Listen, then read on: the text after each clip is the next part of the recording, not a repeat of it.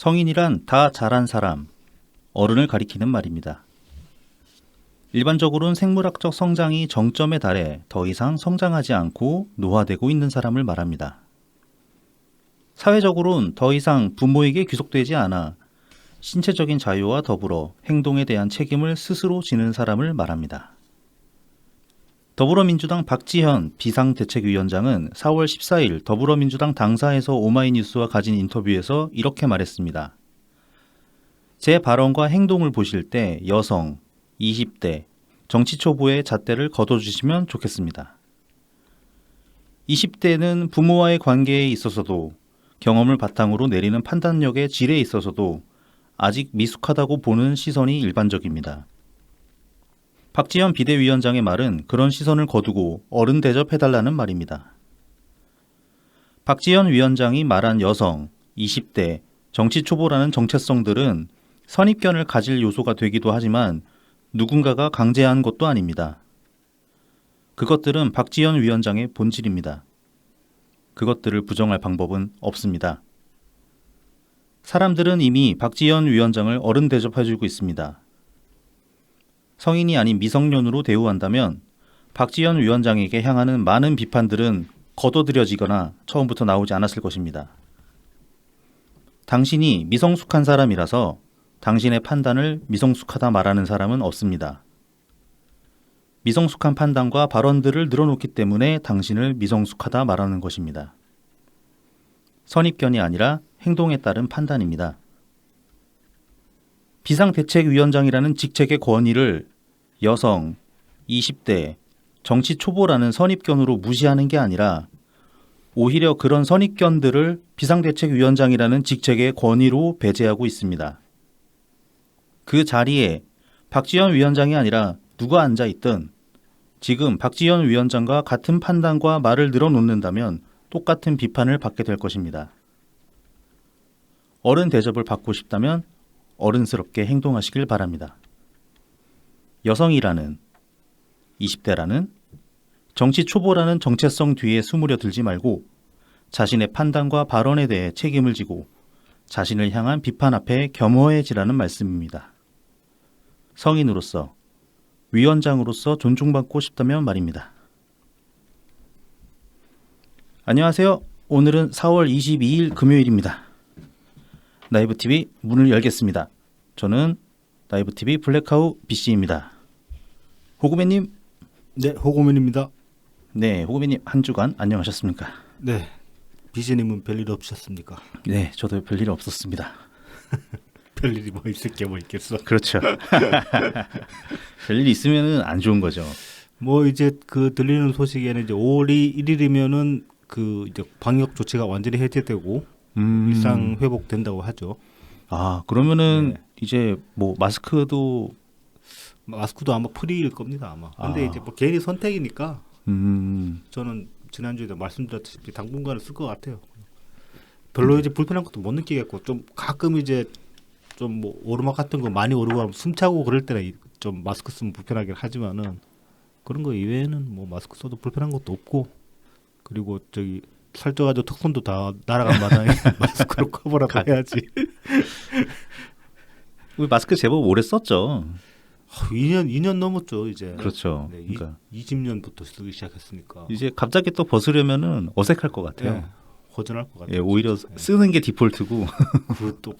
그 20년 즈음 고즈음에 이제 처음 그 인간관계가 시작된 그런 관계들도 있을 거 아닙니까? 네네. 그분들은 마스크 벗고 이제 보면 얼굴 되게 낯설겠지. 그러겠죠. 예.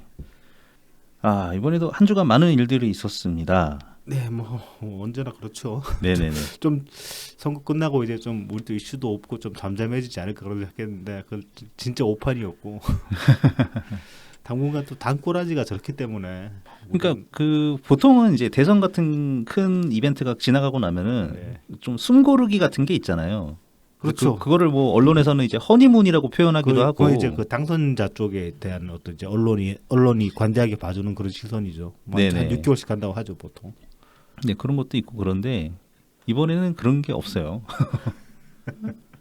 그러니까 보면은 무슨 뭐 뻑하면 기울어진 운동장 탓하고 그러는데 뭐 기울어진 운동장들이었으면 좀 윤석열 캠프 뭐 지금 뭐 저렇게 뭐 까이고 할 일 없잖아. 그러니까요. 저는 뭐 별로 기울어진 것 같지도 않구만. 뭐 그렇게 기울어진 운동장이라고 그러나 모르겠어요. 그냥 뭐 틀에 박힌 고정관념 속에 거의 박힌 그렇죠.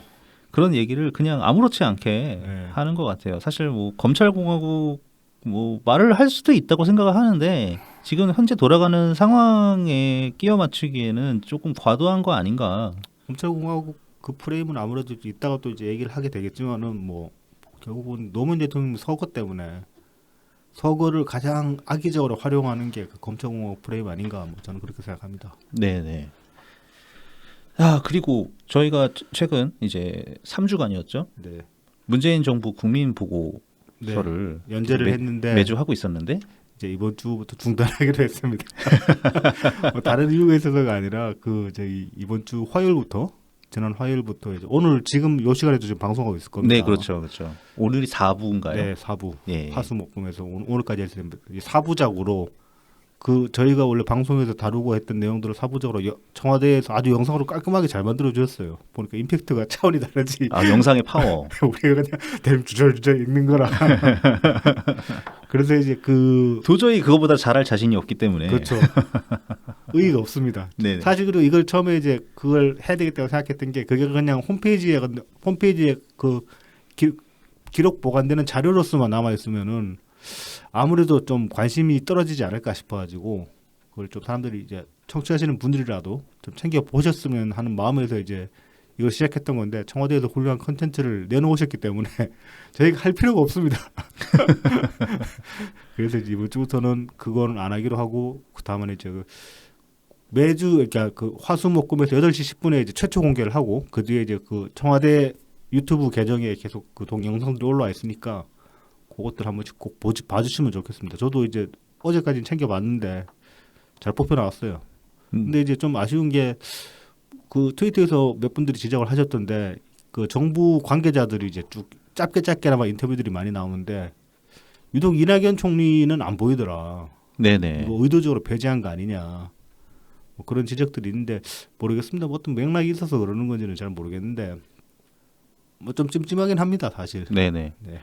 오늘까지도 안 나오시려나 싶기도 하고요. 네. 오늘 아마 순서대로면 오늘이 복지 쪽 아닐까 싶긴 한데 모르겠어요. 어떻게 될지. 네. 자, 그러면 저희를 도와주시는 고마운 분들과 광고주분들 소개해드리고 본 내용으로 넘어가도록 하겠습니다. 후원 계좌를 통해서 달탄양님, 트친 S님 후원해 주셨습니다. 네, 감사합니다. 감사합니다. 늘 감사합니다. 네, 그리고 저희 광고입니다. 제공. 네, 컴니스 컴퓨터입니다. 부산 사하구 괴정로 221 사하시장 복개로 입구에 있습니다.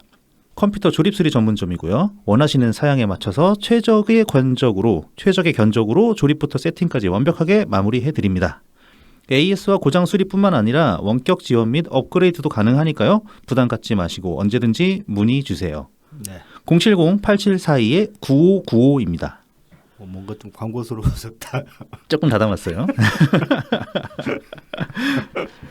네, 그리고 저희 라이브 TV는 달품은 농장과도 함께 하고 있습니다. 트위터 달품은 농장 골뱅이 DALPUMEUN 달품은입니다.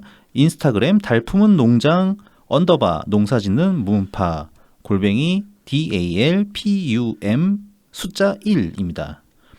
신선하고 고급스러운 청란, 청개육, 친환경 우렁이쌀, 고춧가루, 참기름, 들기름, 서리태콩, 찰옥수수, 고구마, 미숫가루까지 다양한 제철 농산물을 만나보세요.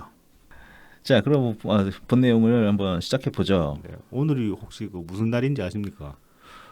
오늘 무슨 날입니까? 오늘이 저도 무슨 날인지 몰랐는데 네네. 이제 대통령님이 트윗을 올리셨더라고요. 오늘. 오늘 대통령님 트윗도 못 봤네요.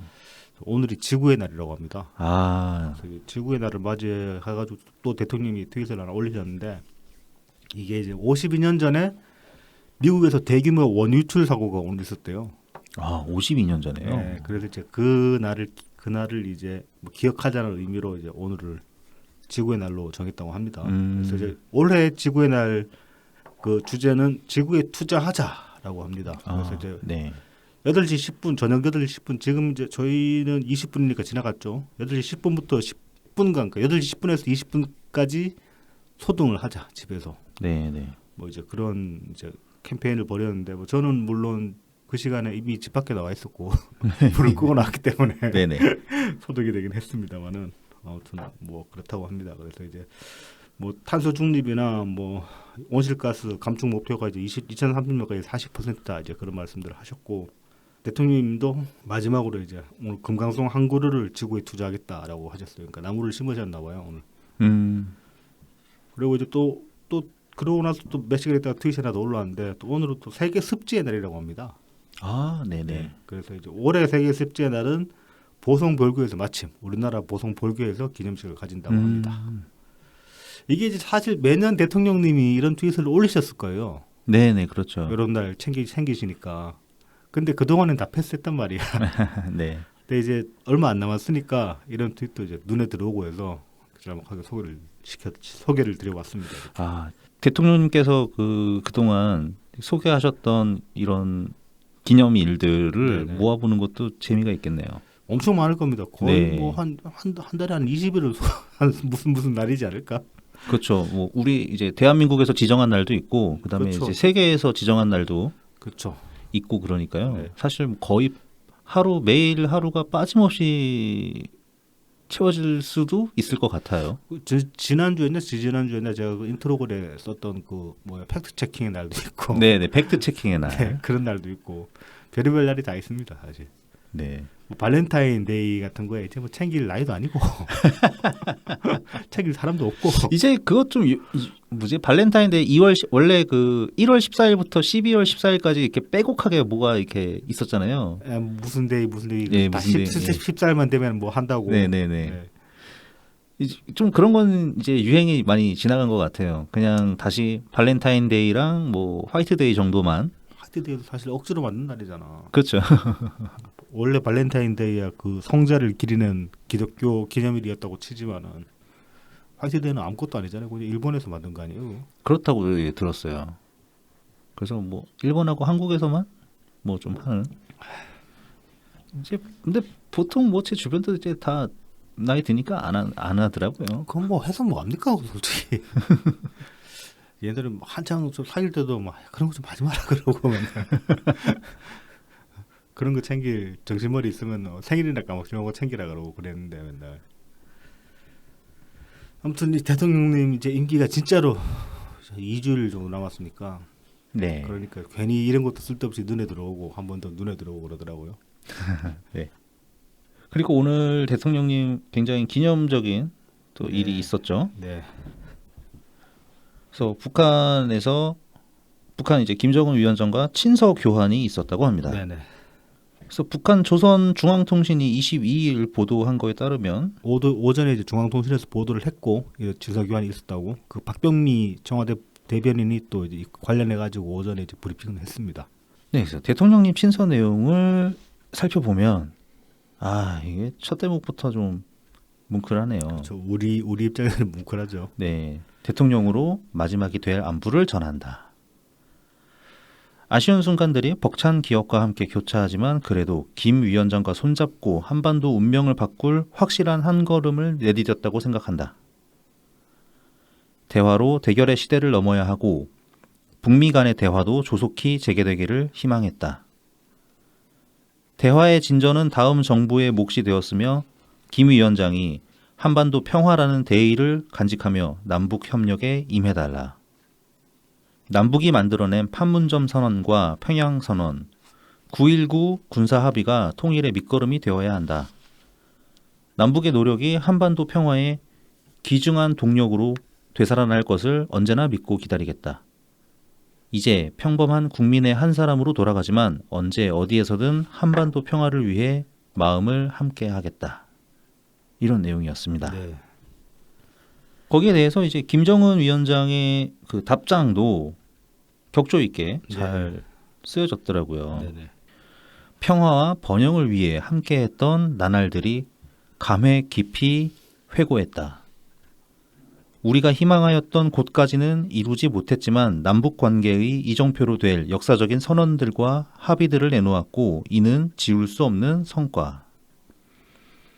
지금에 와서 보면 아쉬운 것들이 많지만 여지껏 기울여온 노력을 바탕으로 남과 북이 계속해 진한 없이 정성을 쏟아 나간다면 얼마든지 남북 관계가 민족의 기대에 맞게 개선되고 발전될 수 있다는 것이 변함없는 생각. 임기 마지막까지 민족의 대의를 위해 마음 써온 문 대통령의 고뇌와 수고, 열정에 대하여 높이 평가하고 경의를 표한다. 문 대통령을 잊지 않고 퇴임 후에도 변함없이 존경할 것. 존경해야죠. 존경할 만하죠, 그리고 사실. 네네. 네, 뭐 인간적으로도 뭐 충분히 존경할 만한 분이니까.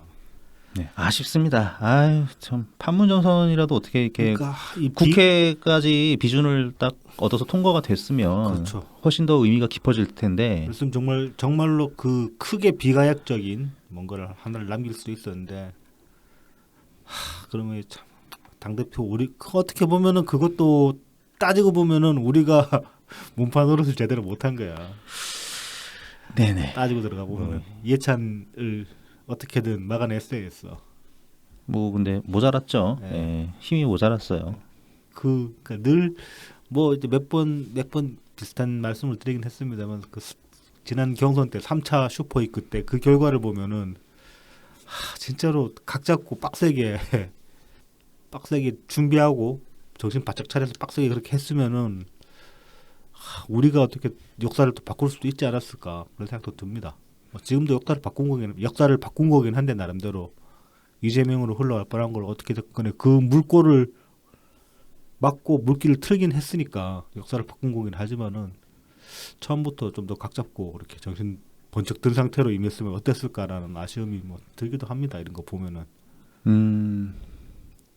그래도 뭐 전당대회는 여론조사가 그렇게 뭐 대규모로 이루어지지는 않으니까요. 그러니까 아니, 민주당 외부 사람들은 그러니까 애초에 그 전당대회 하기 전부터 그러니까 대통령 취임하실 때부터 해가지고 당원들을 연락이 끌어 모았어야지.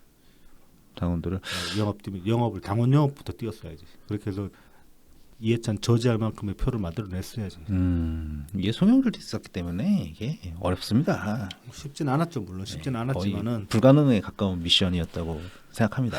근데 그 이해찬이 끼친 폐악이 너무 크니까 그렇죠. 저걸 못 막아낸 게 참 그 천추에 한이 된다 뭐 그런 한스러운 게 있는 거죠.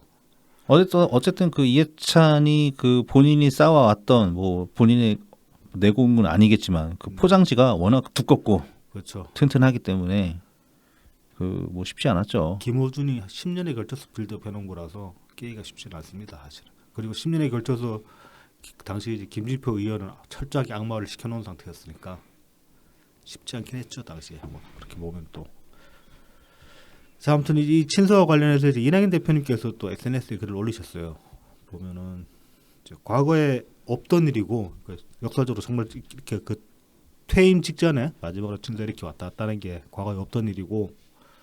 그래서 이제 이 또한 역사의 진전이라고 믿는다라고 이제 밝히셨어요, 소회를. 그러면서 이제 옛날 자기 이제 당신의 경험을 말씀을 하시는데 2002년 때 이제 노무현 대통령 당선되셨을 때 그때 이제 그 당선인 신분으로 이제 김대중 대통령을 예방을 하셨을 때 그때 이제 연 대표님이 노무현 당선인의 대변인이었단 말이죠. 네, 그랬죠. 그래서 이제 같이 이제 배석을 했다고 합니다, 그 자리에. 그래서 이제 김대중 대통령님이 뭐 당시에 이제 뭐 남북 정상회담을 비롯해 가지고 이제 각종 이제 국가 정상들이랑 회담을 가졌을 거 아닙니까? 그 전 정권에서 그 이제 그 경험들을 상세하게 노무현 대통령한테 전달을 하셨다고 해요. 이제 그 모습을 이제 보면서 옆에 배석 자리가 앉아서 보면서 좀 이상적인 어떤 그 정부 이양 과정이다 그렇게 생각을 하셨다고 합니다. 그러면서 이제 이번에는 어땠을지 모르겠는데. 문재인 대통령께서는 그렇게 하시고 싶으셨을 거라고 생각한다. 그럼요. 대통령 성정상 하나라도 더 남겨주고 꿀팁이면 꿀팁이고 그렇죠. 노하우면 노하우 예. 최대한 전수하려고 하시겠죠. 뭐 그런 분이니까. 그런 거 보면 아휴 진짜 경선에서 이겼어야 했는데 아쉽죠. 네. 이런 분을 청와대에 앉혀놨어야 했는데 그랬으면 진짜 우리도 지금 이렇게 좀 어떤 회한이 섞인 그런 방송을 할 필요가 없잖아요. 그렇죠. 네. 그래서 뭐 얼마나 지금 진짜로 봄날이었을까 뭐 그런 생각도 듭니다. 분위기가 많이 달랐겠죠. 많이 달랐겠죠. 예. 방송도 좀 덜 칙칙하고 맞아. 까더라도 좀 살살 깠을까 이제는.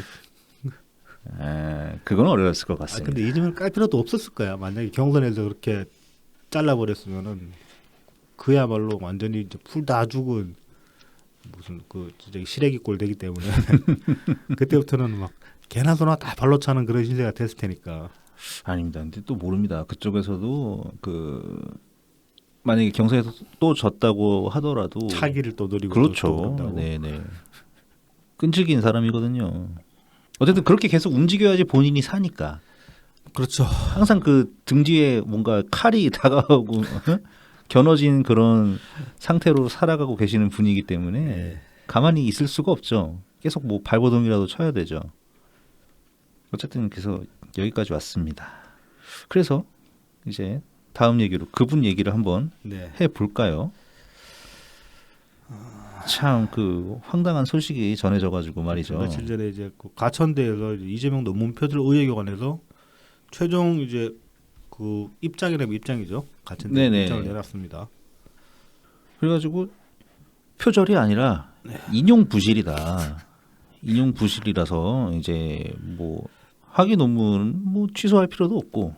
그 인용 부실이 누적되면 그게 표절 아니에요, 근데 사실. 그렇죠. 인용 부실이 그러니까 정말 그냥 뭐 거기 그 표현대로 네, 그냥 몇 가지의 네, 그 평범한 네. 그러니까 예를 들어서 어떤 뭐 개념 설명이라던가 네, 이제 이런 거를 하기 위해서 이제 그 다른 사람이 미리 정리해 놓은 것을 가지고 왔는데 미처 아이고 뭐 인용 표시를 안 했네. 네, 뭐 그렇게 되면 그런 거 정도는 실수로 넘어갈 수 있고 이제 논문의 전체적인 어떤 주제와 이런 것들을 따져봤을 때 문제가 없다. 이 사람의 논문이라고 할 수 있겠다. 하면은 뭐 그런 게 이제 넘어가지는 거죠. 네, 넘어가지는 건데 근데 이제 많은 분들이 이제 아시겠지만 이 이재명 고문의 이 석사 학위 논문 구경원대입니다. 구경원대 네. 석사 학위 논문은 이게 영 그런 게 아니거든요. 그렇죠. 그래서 제가 너무 이상해가지고 네, 그 예전 변희재가 운영하던 네, 네, 미디어워치에서 막 그 논문 페이지들을 완전히 딱 대조를 했어요. 예. 되게 공들여서 깠구나 당시에. 네네. 그 수십 페이지를 갖다가 네. 다 뭐 박스도 치고, 그러니까 문 문단을 통째로 베껴온 거는 박스를 치고, 네. 문장을 뺏겨온 거면은 밑줄을 쳐놓고, 그게 어디 논문이고, 네. 예, 그거를 다. 그래서 그거를 보고 제가 정리를 한 겁니다. 이걸 보면은 도저히 이게 인용 부실이라고 할 수가 없어요. 심지어 이게 그 기사를 보니까 2014년 당시에 2014년 1월 9일에 경인일보에서 보도한 내용을 보면은 네. 그때 당시 이제 가천대는 윤리위원회를 열어가지고 네. 이재명 당시 성남시장의 행정학 석사학위 논문의 표절 검증을 한 결과 80% 이상이 타인의 논문 등을 그대로 베끼는 등 표절한 것으로 판명돼 석사 학위를 취소하기로 이날 최종 결정했다. 근데 이 결정이 그럼 번복된 거네 지금? 그렇죠. 그러니까 그때 이미 한번 결정을 내렸어요. 뭐 저기 뭐 제가 이제 그 가천대에 있는 이제 한 석적 교수님과 지인인 분을 통해서 이야기를 들어본 바로는 그 당시에 이제 성남시장 시절 당시에 이재명이 가천대에 아주 그 당근과 채찍을 제대로 썼다고 합니다. 네네네. 저도 그 최근에 어떤 그 다른 분이 제 트위터를 통해서 봤던 것 같은데요. 네. 이 원래 이제 경원대였지 않습니까? 네네. 이제 경원대랑 이제 가천대학교가 있었어요. 네. 그 길병원이라고 이제 병원을 네, 운영하는 네. 가천대학교 재단이 있었는데 그 두 개가 합쳐지면서 네. 그러면 이제 새 이름을 정해야 될 거 아닙니까? 네. 그래서 이제 가천대로 정하겠다고 하니까 이재명 당시 시장이 네. 아니 경원대가 역사도 훨씬 길고 뭐 이런데 가천대로 이렇게 정하는 거 나는 인정 못해 이런 식으로 태클을 딱 걸어줬단 말이죠. 네. 그러니까 그게 그 뭔가 그 당근과 채찍 그 중에 하나를 보여주는 사례가 아닌가. 뭐 실제로 이렇게 뭐 돈으로 회유를 한다거나 네. 돈으로 회유를 하고 그다음에 이제 시에서 걸 수 있는 태클을 다 걸고 그런 식으로 해가지고 학교 내에 이제 그 상당수의 인사들을 친이재명계로 포섭을 했다 뭐 그런 얘기를 들었거든요. 그래서 학교에 그 재직하는 그 석좌 교수와 더러워서 못 다니겠다 뭐 그런 말을 나올 정도로 그랬다고 하더라고요. 뭐 결국 이제 그런 어떤 작업의 결과물이 지금 이제 표절 아니다라고 판정을 내린 건지도 모르겠다고 그런 생각 듭니다. 네, 그러니까 아직도 이재명의 그림자가 성남에 남아 있는 거 아닌가. 그렇죠. 네. 그렇다고 봐야겠죠. 자, 그래서 그 미디어 참 제가 변희재 미디어워치 기사를 다시 보게 되는 날이 올 줄은 몰랐습니다. 네. 하여튼 열심히 읽어봤어요. 네. 그래서 그때 당시 이제 그 당시에 이제 야권 인사들의 네. 논문을 막 찾아서 저격하고 막 그랬었죠. 네네. 많이 예, 했죠. 그게 이제 미디어워치 산하의 연구 진실성 검증 센터입니다. 참 우리 그때 완전 개 무시했었는데 네. 이제 거기서 이제 말하는 바에 의하면은 이제 이재명의 이제 석사 학위 논문이 76페이지라고 돼 있는데 보다 보니까 77페이지인 것 같더라고요. 한 네. 페이지 정도 뭐 오류인 것 같은데 어쨌든 여기서는 이제 76페이지 중에 40여 페이지 이상이 표절이라 네. 이렇게 이제 얘기를 했습니다. 그러면서 정말로 한 페이지 한 페이지 문제가 드러나는 페이지들을 전부 다 스캔을 떠가지고 원본과 대조를 시켜줍니다. 네. 그래서 뭐 3페이지, 4페이지, 5에서 7페이지 쭉쭉쭉쭉쭉 가고 뭐 39페이지에서 44페이지, 48페이지에서 50페이지 뭐 그다음에 맨 마지막 결론에 이제 72페이지에서 77페이지에 이르르는 등 여기서 뭐 그 윤태범 씨의 논문, 뭐 한형서 씨의 논문, 김용철 씨의 논문, 김성호 씨의 논문, 네. 뭐 김영종 씨의 논문 등 뭐 한 5-6개의 논문에서 쭉쭉 뽑아다가 복사를 해가지고 붙여놨어요. 이거는 이런 식으로 논문을 짜집게 했다는 것 자체만 봐도 뭐랄까 이게 이재명 본인이 썼을 거라는 생각이 별로 안 드네요. 그럴 수도 있죠. 이거 네. 이제 업자한테 맡겨가지고 그냥 했을 가능성이 크다 뭐 그런 생각도 듭니다. 네네네. 그런 거 뭐 꽤 유행이었죠. 네. 지금도 어떤지 모르겠지만. 네. 그래서 지금 문제가 됐던 페이지를 저도 한번 이렇게 세어봤어요. 그래서 네. 문장 단위로 된 거 말고 좀 페이지 단위로 굵직굵직하게 한 분단 이상 복사된 그런 페이지들을 세어보니까 제가 세어봤을 때는 이제 39페이지가 나오더라고요. 반 이상이네. 그렇죠. 그래서 이제 한 51%가 네. 통표절 내지는 표절 문장이 다수 발견된 네. 그런 페이지들이었어요. 네네. 그래서 가천대에서 이번에 이제 새로 그 석사 논문 학위를 검사를 한다고 하면서 이제 요새는 그 표절 검사 프로그램이 이제 네. 웹상으로 통해서 네. 검사를 할 수 있게 돼 있거든요. 네네. 그래서 저 졸업할 때 학위 딸 때는 저희 학교 같은 경우는 턴잇인이라고 해가지고 네. 그게 그 해외에서 이제 무슨 대학교 교수가 처음 만들었다고 하더라고요. 네네. 그렇습니다. 그 미국의 어느 대학 교수가 만든 시스템인데 그걸로 했었고요. 요새는 이제 하나 더 있나 봐요. 카피킬러라는 네네. 또 사이트가 있다고 합니다. 네. 그래서 거기서 두 프로그램, 두시 표절 검사 시스템을 다 돌렸는데 네. 카피킬러에서는 24%가 나왔고 네. 턴인에서는 4% 표절률이 나왔대요. 네. 말이 안 됩니다. 이게 이걸 믿으라고 우리가 한글을 읽을 줄 알지 않습니까? 네. 이재명의 논문과 원본의 논문이 문장 단위도 아니고 아예 막 쫙 옛날 컴퓨터로 하긴 했겠구나. 마우스로 그냥 쫙 긁어가지고 이렇게 네.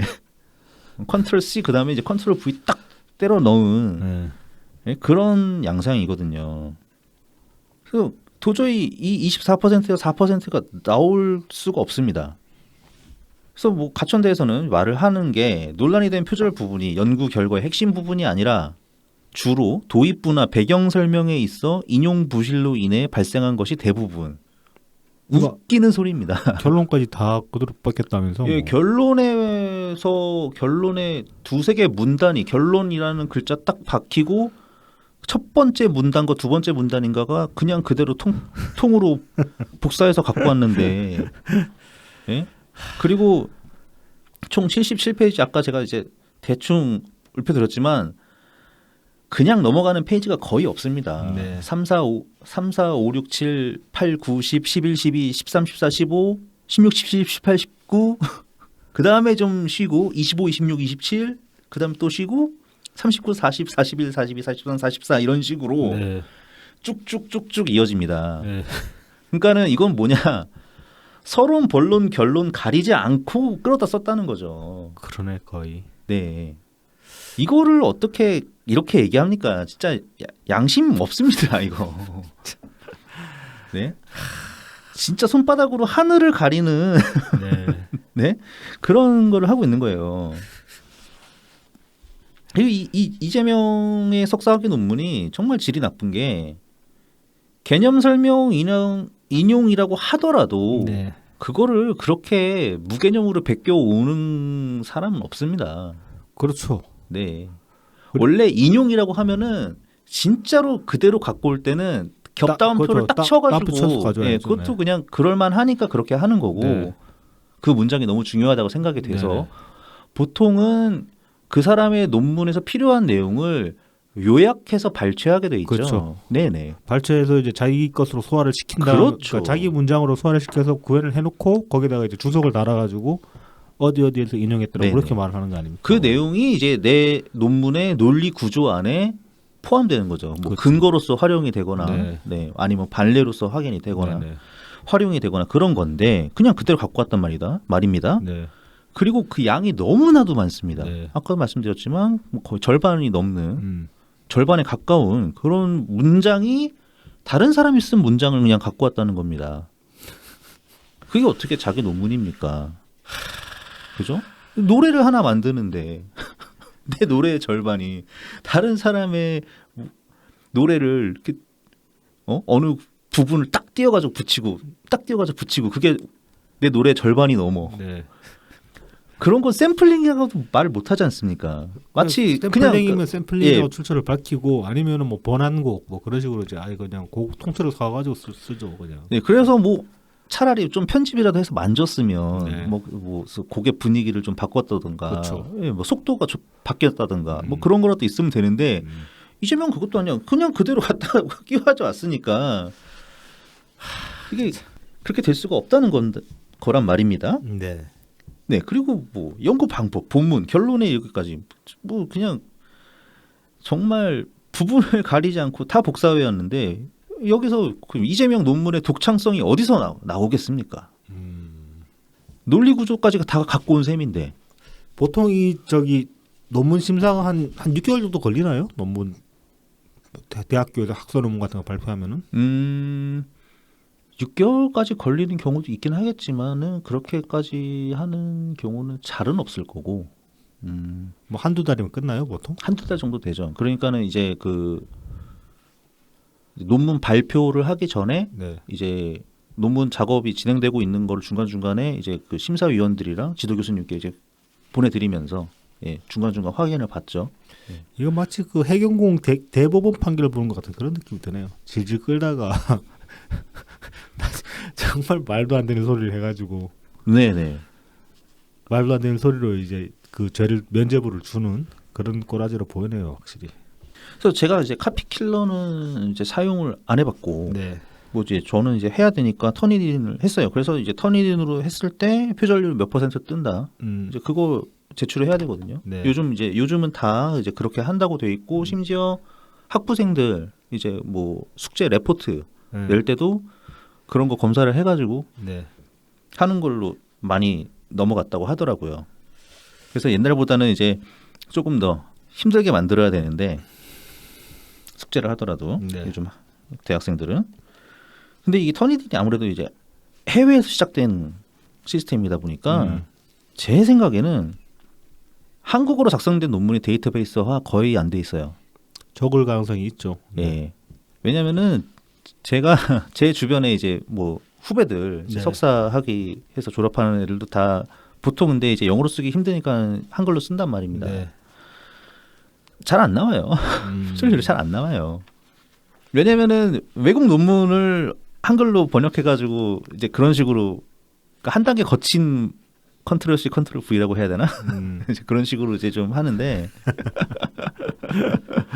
그러니까는 이제 그 인용에는 네. 그 인용한 논문 이름이 이제 영어로 돼 있고 음. 이제 글은 한글이 되는 거니까 네. 안 나와 이게 안 나올 수밖에 없어요. 그래서 제가 제안하는 방법이 그겁니다.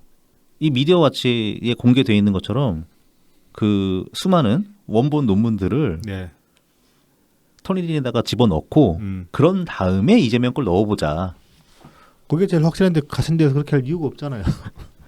아니 이거 누가 태클을 걸어야 돼. 제 생각에는 이거는 이거 그냥 이 저자들 원 저자들이 네. 저는 항의를 하면 좋겠어요. 근데 원저자들도 잘 모를 것 같고 자기 거 표절된 것도 이 미디어워치 기사를 본 사람이면 모르겠지만은 네. 왜냐면은 제 주변에 그러다가 이제 석사 논문 하기 취소된 사람을 제 주변에서 봤거든요. 원저자가 태클을 걸어가지고 네. 이 가천대가 지금 이 시기에 요거를 발표한 것도 보면은 어찌됐건 간에 이재명이 이제 자기 또 정권을 노릴 거 아닙니까? 근데 그 전까지 이제 이 논문 표절거리 계속 남아 있으면 이재명 발목 잡히는 게 되니까 이걸 털고 가긴 가야 되는데 지금 같은 경우는 이렇게 기사 슬쩍 발표해 버리면은 사람들이 다른 거에 지금 한창 뭐 검수완박이나 뭐냐 그런 거에 다 정신 팔려 있는 사이에 그냥 슬쩍 이제 잽싸게 탁 던져버리고 튀기는 그런 모양새로 보이거든요. 네, 그래서 맞아요. 가천대는 뭐 더 이상 여기에 대해서 어떤 진정성을 가지도 않고 여기 태클 건다고 해도 그냥 우리는 그렇게 봤습니다. 그러고 말 것 같기도 하고.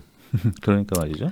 근데 이 가천대 발표에 따르면 이재명이 이 표절한 논문, 그러니까 가천대 발표는 이재명이 표절한 논문 이제 원문들이 대체로 그러니까 90년대 후반에서 2000년대 초반 거네요 원문이. 아, 네 맞습니다. 네. 만약에 제가 가천대 쪽 입장이라면은 논리를 그렇게 펼 것 같아. 그 특허 같은 경우에 보통 기술 특허 같은 경우에 30년 정도가 그거잖아요. 네네. 그리고 그 각종 이제 저작물들 뭐 영화나 그런 것들도 한 50년인가 그 저작권이 기한이 다 있잖아요. 보면. 네네. 그러니까 거의 한 20년 가까이 전에 나와있던 논문들을 베낀 거니까 이재명이 논문 발표했을 때도 이미 한 10년 전 거니까 이건 최신 경향이 아니다.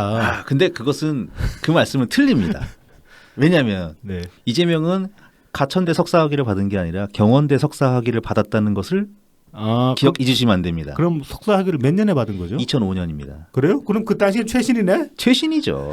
따끈따끈한. 그래서 그 논리가 안 먹히는구나. 네. 그렇구나. 이게 이재명이 석사학위를 딴 타이밍이 네. 정확하게 2006년 지방선거 성남시장 후보로 출마를 앞두고 받은 겁니다. 저는 그래서 또 한 가지 의문이 드는 게 왜 이 학위를 받으려고 했을까 굳이? 그러니까 뭔가 이적세 한 줄을 모두 기억하시지 않습니까? 포스터에 그 석사학위 붙여놓은 거. 아니 근데 그게 굳이 그렇게 필요했을까? 그 주제가 제목이 중요한 거 아닙니까? 지방 그 부패 관련 논문 아닙니까? 아니 근데 뭐 그까지 알겠는데 그래도 그게 그렇게 중요했을까? 모르죠. 그건 이재명만 알죠. 그러니까 뭔가를 하나 가리기 위해서 꼭 필요했던 게 아닌가 저는 그렇게 생각을 합니다. 그러니까 예를 들어서 그런 거죠. 비리 변호사가 나는 깨끗한 사람인 거를 굳이 더 강조하기 위해서. 아니 뭐 그 당시에만 해도 그 당시만 해도 하기가 성남 시내에서는 성남 시내에서 그 저기 분위기가 어땠을지는 모르겠다. 어쨌든 그 시민 운동가 아니었습니까? 네. 이재명은 네. 시민 운동가였는데 그것만으로는 뭔가 부족하다고 생각을 했었나 봐요. 공천을 받기 위해서였는지 뭔지 모르겠지만 저는 뭐 컴플렉스 있나 싶기도 하고. 네네 살짝 맞아요. 그런 느낌도 들고 그렇습니다. 느낌이 있죠. 그래서 한 가지만 더 이제 말씀을 드리자면은 이게 뭐 표절 문제는 또 표절인데 네. 여기 이제 올해입니다. 올해 2월 19일에 신동아에 게재된 그 노정태 씨가 쓴 네네. 칼럼이 있어요. 노정태의 뷰파인더라고. 네네. 자기는 뭐 표절 관심 없고 야, 이 내용이 문제가 있다. 이 논문은. 그러면서 이제 이런 내용이 들어가더라고요. 야, 이재명이 2016년 그 11월에 부산에서 있는 행사에서 네. 자기 논문이 좀 다르다고 네. 내 논문 좀 다르다고 자부심을 드러낸 적이 있다고 합니다. 뭐 다르겠지. 돈 써서 뭐 했나 보지 뭐. 좀 비싸게 줬나? 그런가 보지 뭐. 이게 꼬락선이 보면 안 그런데. 어쨌든 이 논문 내용에 대한 내용을 지적을 하는데 이 이재명의 논문 20페이지에 이런 내용이 나온다고 해요. 그러니까 중앙당에서는 이제 지방의원이나 지자체장을 공천하는 하향식 공천을 비판을 한다고 합니다. 네네. 그러니까 서론에서 이렇게 썼다고 해요. 지방선출직 공직자는 형사상 유죄 판결 외에 어떠한 견제 수단이 없다. 네. 재정 자립도가 높은 지방의 경우에는 중앙 정부에 의한 간섭적 정치적 통제조차 거의 불가능하다. 그런데 이런 상황에서 중앙당에서 내리꽂는 하향식 공천을 비판한다는 거는 이게 뭔가 안 맞는다는 거죠. 그러니까는 지방은 이미 이제 중앙의 간섭이나 통제를 잘 안 받는 그런 상황인데 가만히 내버려 두면은 지역 유지라던가 아니면 그 지방 정치가 어떤 부패와 결탁해 있는 그런 사람들에 의해서만 지방 자치가 돌아가지 않겠냐. 네. 그런 상황인데 오히려 하향식 공천을 비판한다. 이거는 서로 논리적으로 앞뒤가 안 맞다. 충돌한다. 네. 그런 거를 이제 비판을 하고 있습니다. 그러니까는 이제 막 베껴다 쓰니까 그런 논리적인 충돌을 벗어나질 못하는 거죠. 뭐 그럼 전략 공천 같은 것도 하면 안 되는 거네. 이재명 논문에 따르면. 그렇죠.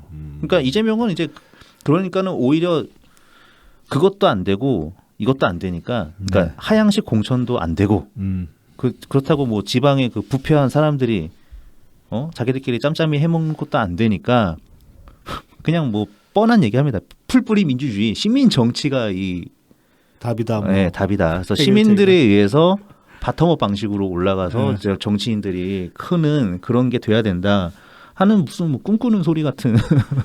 그러면서 이제 그 바텀업의 표상이 자기다 뭐 그 얘기를 하려고 하고 싶은 거겠지 아마도. 그럴 수도 있죠. 네, 그 예. 2006년에 그 소리를 하고 싶었나 보죠. 이제 뭐 이와 관련해 가지고 그 직접적인 관련은 없습니다만은 오늘 또 기사가 하나 나와가지고 요걸 이제 추가로 소개시켜드리자면은 한동훈에 관한 이야기예요. 와, 한동훈이 미국 유학 당시에 논문 표준율이 0%였답니다. 0%. 빵프로. 네. 한동훈이 2006년 비슷하네 이재명이랑. 2006년 미국 그러네요, 진짜 2006년. 콜롬비아 법대. 오, 장난 아니죠. 법대 유학 시절에 미쿡. 네, 미국 형사 사법상 주요 제도의 실무 운영에 대한 검토. 그래서 이제 괄호 열고 우리 실무와의 비교를 중심으로라는 이제 논문을 작성했다고 합니다. 그리고 이제 이 논문은 현재 그 법무연수원에 또 보관 중. 예, 비치되고 있다고 합니다. 이게 이제 그 뉴스핌에서 이제 이걸 체킹을 했는데, 그러니까 그 논문을 입수를 해가지고. 네, 뉴스핌에서 이제 21일 날 그 카피킬러로 이제 분석을 해봤대요. 그랬더니 표절률이 6%가 나왔대요. 인용, 출처 표시, 법령, 경전, 포함 문장, 목차 참고 문헌은 제외라고. 그럼 어쩔 수 없으니까. 네. 6%는 진짜 낮게 나온 거예요. 그러니까 이제 통상 대학에서는 카피킬러 기준 논문 표절률이 15%를 넘으면 반려된다고 해요. 그리고 한동훈 이제 그 내정자죠. 법무부 장관 내정자 논문은 미제니까 또 그렇죠. 영어로 썼을 거 아니야. 그러니까 콜롬비아 그- 법과 대학원 그렇죠.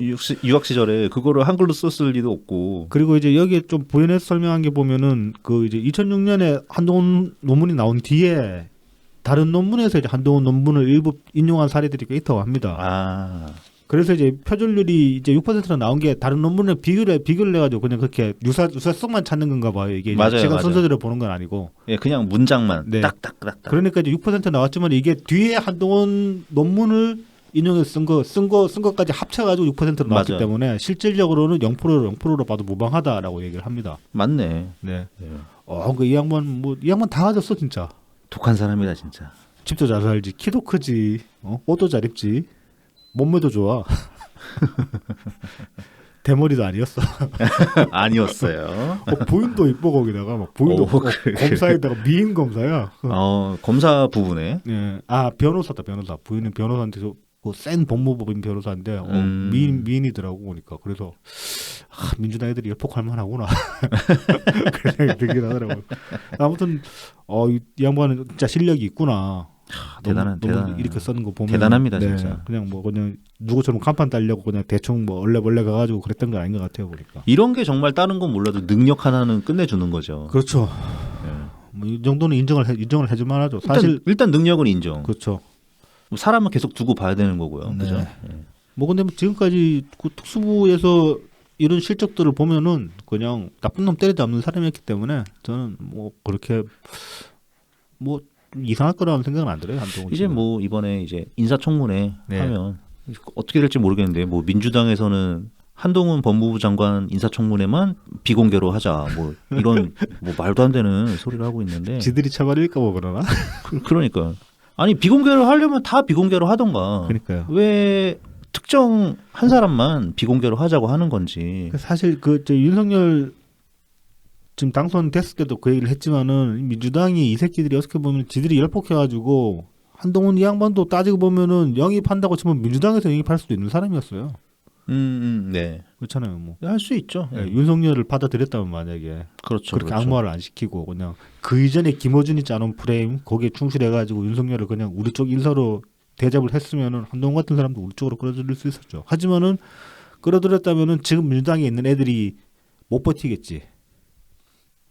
이 정도의 그 실력을 가진 사람이 그다음에 근데 그 사람이 어떤 친목질도 안 하고 어떤 진보적인 아젠다에 경도되어 있지도 않아. 근데 실력을 이 정도 되는 사람이요. 그럼 이런 사람이 당에 들어오면 얼마나 괴롭겠어. 못 버틸겠죠. 예. 지금 원래 하는 애들이. 예. 자 그래서 이제 뭐 마침 검사 얘기 나왔으니까 검수완박 이야기를 한번 넘어가 예. 봅시다. 뭐 최근 뭐 한 열흘 가까웠나요? 난리도 아니었죠. 네. 예, 엄청 시끄러웠죠. 마침 또 오늘 이제 녹음하는 날 또 마침 그 한 해 이제 결론이 지어져 가지고 네네. 뭐 정리하기 편하게 됐다 그런 생각이 듭니다. 네. 자, 이제 검수완박 이야기를 이제 언제부터 본격적으로 나왔냐 이걸 제가 한번 이제 찾아봤는데 2020년 이게 이제 뭐 전부는 아니에요. 지금 제가 이제 대표적인 발의들을 이제 뽑아가지고 이제 좀 정리를 해봤는데 2020년 12월 29일에 이제 검찰청법 폐지 법률안이 김용민의 대표 발의로 이제 발의가 됩니다. 이건 이제 말 그대로 검찰청법을 폐지한다. 그 주요 골자가 그리고 이제 같은 날 법안 하나를 더 발의를 했는데 역시 김용민이 대표 발의로 이건 네. 이제 공소청 법안이라고 합니다. 그러니까 수사권을 이제 수사 기능을 완전히 없애버리고 네, 이제 공소, 기소, 재판만 할 수 있게 네, 이제 검찰청 대신에 공소청을 네. 설치하고 그렇게 하자. 검찰총장은 고등공소청장이 되고 검사는 이제 공소의 제기 유지만 담당한다. 검사는 특검을 제외한 다른 기관 파견 및 겸직을 못한다. 이런 내용 이제 법안을 발의를 했어요. 그 다음에 이제 2021년 2월 8일에는 중수청 설치법에서 이거 이제 황운하가 대표 발의를 했습니다. 네네. 이거 이제 중대범죄수사청 설치. 그다음에 이제 중대범죄수사청은 수사총감으로 보한다. 그래서 이제 수사관은 부패범죄, 경제범죄, 공직자범죄, 선거범죄, 방위사업범죄, 대형참사 등 중요범죄 수사 이게 이제 6대 범죄예요. 그렇죠. 이제 지금 현재 검찰에 남아 있는 네. 수사권들이죠. 그리고 이제 2021년 5월 20일에는 특별수사청 설치법 해가지고 이건 좀 이수진이 대표 발의를 했어요. 이거는 그 뭐 중수청이랑 같은데 네네. 이름만 그냥 특별수사청이라고 보면 됩니다. 그렇군요. 네. 그래서 아까 이제 6대 범죄 그러니까 추가된 거는 이게 이제 이 수사를 특별수사청이 법무부 장관, 그러니까 법무부 장관 소속으로 이제 휘하의 소속으로 법무부 소속으로 네, 이렇게 이제 하나 나와 있고 그 다음에 이제 나온 게 바로 그 2020년 4월 15일 검찰청 법 일부 개정 법률안 이거 이제 박홍근이 대표 발의했고 민주당 170인 전원이 서명했다는 바로 그 법안입니다. 이건 이제 검찰이 6대 범죄에 대한 직접 수사권을 없애고 경찰이 수사를 전담하고 이제 6대 범죄는 아까 말씀드린 부패, 경제, 공직자, 선거 방위사업 등 대형 참사 요 6개 항목. 그 이제 그동안에 계속 약간씩 판결을 해가지고 이 어떻게든 이제 검수완박을 하려고 이 법안을 계속 던진 거예요. 근데 이제 던질 때마다 계속 나왔던 얘기가 이거 저기 혼자 가면 다 바꾸된다. 이거 유한 소리가 너무 다분하다. 뭐 그런 이제 분석이 대부분이었다고 합니다. 그리고 이제 이거 발의하고 뭐 패스트 트랙으로 어떻게 태워내 많이 지랄을 하고 있는데 오늘 이제 4월 22일 오늘 이제 박병석 국회의장이 협상을 제시를 했고 이 협의안을 민주당이랑 국힘당 양측에서 받아들였어요. 네, 그래서 이제 서명이 다 돼 있더라고요. 네. 그랬더니만 이제 김호수가 다시 사표를 제출을 했습니다. 지금 김호수 총장도 제출을 하고 네. 그 밑에 뭐 고검장들 네. 싹 다 사표 제출을 한 것 같더라고요. 이제 그런 상황입니다. 지금 그래서 이제 보면은 이 검수완박 관련해가지고 또 이재명이 이제 그 저기 뭐 이거는 말바꾸기라고 해야 될지 양다리라고 해야 될지 아무튼 말 바꾼 정황도 있고 보면은 좀 골 때립니다. 2021년 6월 30일 이제 그 작년 그 선거 경선 한창 들어갈 즈음에 이제 검수완박에서 이재명이 이야기를 한 게 보면 세계일보 인터뷰에서 이야기를 한 게 검찰의 완전한 수사권 박탈은 시기상조다. 그래서 필요한 주도 나는 공감이 안 간다 그렇게 얘기를 했어요. 이때만 해도. 그랬던 사람이 2022년 이제 2월 24일 이재명 공약 발표를 하면서 이제 그 저기 뭐야 사법 분야 공약 세부 내용에 보면은 검찰 6대 범죄 완전히 떼어 공소유지 기관으로. 근데 검찰 불기소 재정 신청 사건엔 공소유지 변호사 신설. 그다음에 무죄 판결 국민참여재판소 검사 항소도 제한. 아무튼 이제 검수완박에다 검찰 힘을 뺄 수 있는 대로 다 빼겠다고. 아니 항소도 못하게 한다고? 네. 국민참여재판에서는. 그런 게 어딨어? 아니 우리나라는 엄연히 3번 재판을 받을 수 있는 거 아닙니까? 이게 근데 아무튼 뭐 저기 불과 8개월 만에 입장을 180도 뒤집어가지고 공약을 내놓은 거예요. 그렇죠. 네. 이 사이 어떤 맥락이 없어요 보면은 왜 생각이 바뀌었는지에 관해서 얘기도 없고 그냥 이렇게 가는 거야. 근데 이거 좀 개딸들은 2021년 6월 30일 날 이재명이 이 검수완박 시기상조라는 소리 한 거 이건 기억도 못 해요. 우리는 기억을 하지. 그렇죠. 우리는 알죠. 네. 그거랑 뭐 똑같은 거죠. 그 박근혜 탄핵할 때 네. 탄핵 해봤자 안 된다. 나는 탄핵 반대한다. 뭐 그렇게 얘기했는데 막 개딸들은 막 이재명 탄핵 제일 먼저 외쳤다고 막 지금 뭐 그때는 이제 개딸이 아니고 그거죠. 송가요. 네. 송가들은 이재명이 제일 정치인 중에 가장 먼저 탄핵을 외쳤다고 막 그렇게 떠드는 거랑 똑같은 거죠. 이게. 자 그리고 이제 뭐 그 이재명의 친위 그룹이라고 해야 되죠. 친위 의원들의 어떤 행보를 봐도 좀 두 갈래로 찢어져 있어요, 정확하게. 네. 그래서 이제 그 지금 민주당 내에서 검수완박의 선봉장은 철원회라고 할 수 있죠. 이 완전히 이것들은 진짜로 뭐 저기 탈레반이라는 말이 어울릴 정도로 지금 아주 그냥 그 반대하는 사람들 다 악마화시키고 뭐 잡아 죽일 것처럼 검찰은 잡아 죽일 것처럼 설치고 있는데 이 철원회가 이제 뭐냐면은 2020년 6월에 이제 검찰의 민주적 계획을 표방하여 만들어진 모임이라고 합니다. 민주당 내에서 초선 의원 모임인데 처음에 멤버는 윤영덕, 김승원, 황운하, 윤형배, 김영민, 김남국, 이탄희, 유정주, 이수진, 장경태, 최혜영, 홍정민, 한준호, 최강욱 등이 속해 있다고 합니다. 근데 이 인간들이 골 때리는 게 이 처음에 출신들이 이제 뭐 대부분 판사, 변호사, 경찰, 기자 출신들인데. 기자 출신에 있어요? 네, 다 그리고 이제 뭐 친이의 핵심 멤버들로 다들 분류가 되고 있고. 근데 이 사람들 중에 일부는 재판을 받거나 수사를 받는 중이라 가지고 이게 지금 직접적으로 자기들의 어떤 이권이랑 이해충돌 이해충돌이 심각하게 일어나는 거죠.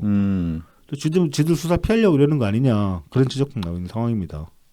근데 반면에 보면은 자 정성호, 조홍천, 김병욱 이 사람들 핵심 7인의 멤버 네. 아닌가? 그렇죠. 조홍천은 모르겠다. 아무튼 뭐 이재명의 뭐 거의 뭐 오른팔 왼팔 뭐 오른불알 그쯤 되는 사람들 아닙니까 다들. 네네네. 이 사람들은 검수완박 반대 입장을 내고 있어요. 그렇죠. 네. 조홍천이 그 방송에 나와서 반대를 하더라고요. 네, 대놓고 반대를 했죠. 그리고 김병욱 같은 경우도 지금 저기 뭐 성남시장 출마했나 그랬 출마한다 그랬잖아요. 한다 그랬다가 지금 접었죠. 접으면서 이 검수완박 반대한다는 얘기를 같이 했어요. 그랬군요. 네. 뭐 대놓고 지금 반대를 하는 거예요. 그래서 이걸 보면은 이재명 그 아까 이제 말씀을 잘하셨는데 그 저기 뭐 개딸들이나 선거약들은 보면은 옛날에 박근혜 탄핵 선봉장에 또 이재명이 탄핵의 선봉장에 또 기억을 하잖아요. 근데 이재명은 사실은 탄핵을 반대도 했었고 막상 그 탄핵 시위에 본격적으로 들어가니까 지가 막 제일 먼저 얘기한 것처럼 또 이제 사실 왜곡을 하면서 떠들었단 말이죠. 그랬어요. 그 두 가지 장면들이 다 있는데 지지자들은 자기 입맛에 맞는 장면만 쏙 빼내가지고 그걸로 이재명을 자기들 스스로 이제 자기들 스스로 기억을 왜곡을 시키든지 아니면 애초에 이제 뭣도 모르고 그냥 이재명이 하는 소리만 듣고 따라가다 보니까 그렇게 되는 건지는 모르겠지만 아무튼 이재명에게 유리한 장면 하나만 싹 발췌를 해가지고 그것만이 전부인 것처럼 계속 말해서 이재명이 그런 사람인 것처럼 우기고 있단 말입니다. 근데 이 상황에서도 지금 마찬가지로 적용을 할 수 있는 거예요. 만약에 이 검수완박이 완벽하게 불리하게. 그러니까 지금 막 개딸들은 검수완박 해도 이게 무슨 나라를 구하는 길인 것처럼 말하지만 만약에 여론전에서 완벽하게 처발리고 검수완박이 말도 안 되는 걸로 결론이 내려지면은 그때 가서는 이재명이 반대했다. 작년 이제 21년 6월 30일 말한 걸 근거로 해가지고 이재명이 반대했다라고 말할 수 있는 것이고, 그 다음에 뭐 저기 검수완박이 완벽하게 통과가 되고 나면은 그러면 또 그때는 이재명이 제일 먼저 말했다고, 이재명이 공약까지 걸었다고 그렇게 또 얘기를 할 수가 있는 거죠.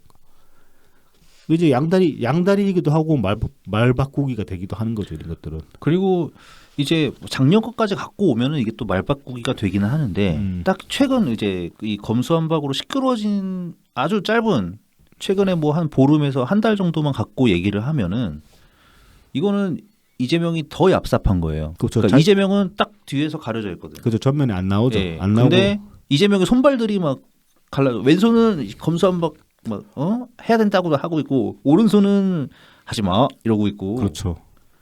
그러니까 이재명 손해 볼 게 하나도 없어. 손해 볼 게 없죠. 예. 그리고 어떤 식으로 가든 간에 개딸들은 그냥 자기들이 믿고 싶은 쪽으로 믿게 되니까. 네, 그렇죠, 그렇죠.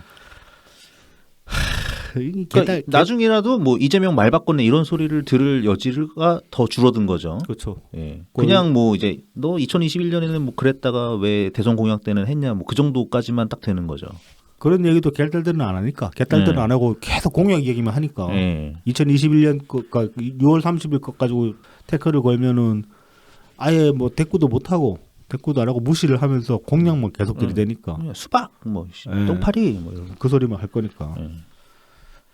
자, 이제 아무튼 이 그 검수완박 관련해 가지고 보면은 참 이제 치졸함의 절정을 보였죠, 이번 주에 민주당이. 네네.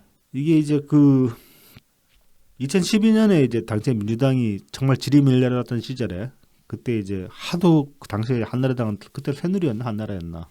2012년이면은 그러니까 대선 직전이면은 새누리가 됐고. 네. 총선을 치를 때까지는 한나라당이었을 겁니다. 아무튼 뭐 한나라든 새누리든 그쪽 계열한테 이제 이명박 정부 때 많이 처벌했잖아요. 법안 통과로 막 밀렸죠. 막 난리 났죠. 노동법 계약도 그렇고 뭐 저기 뭐 종편도 그렇고 그 이제 날치기로 통과 다 당하고. 그렇죠. 방송미디어법이랑 막 입법 저지하다가 뭐 그 민주당은 아니지만은 이정희 우는 장면도 나오고. 예. 이정희가 우니까 그때 그 누구야 그 남궁원 아들 누구야 그 잘생긴. 홍정욱? 네, 홍정욱이 손수건 주는 장면도 막 나오고. 그랬구나. 그걸로 해서 이제 홍정욱이 이제 젠틀맨 이미지가 생겼거든요. 젠틀맨.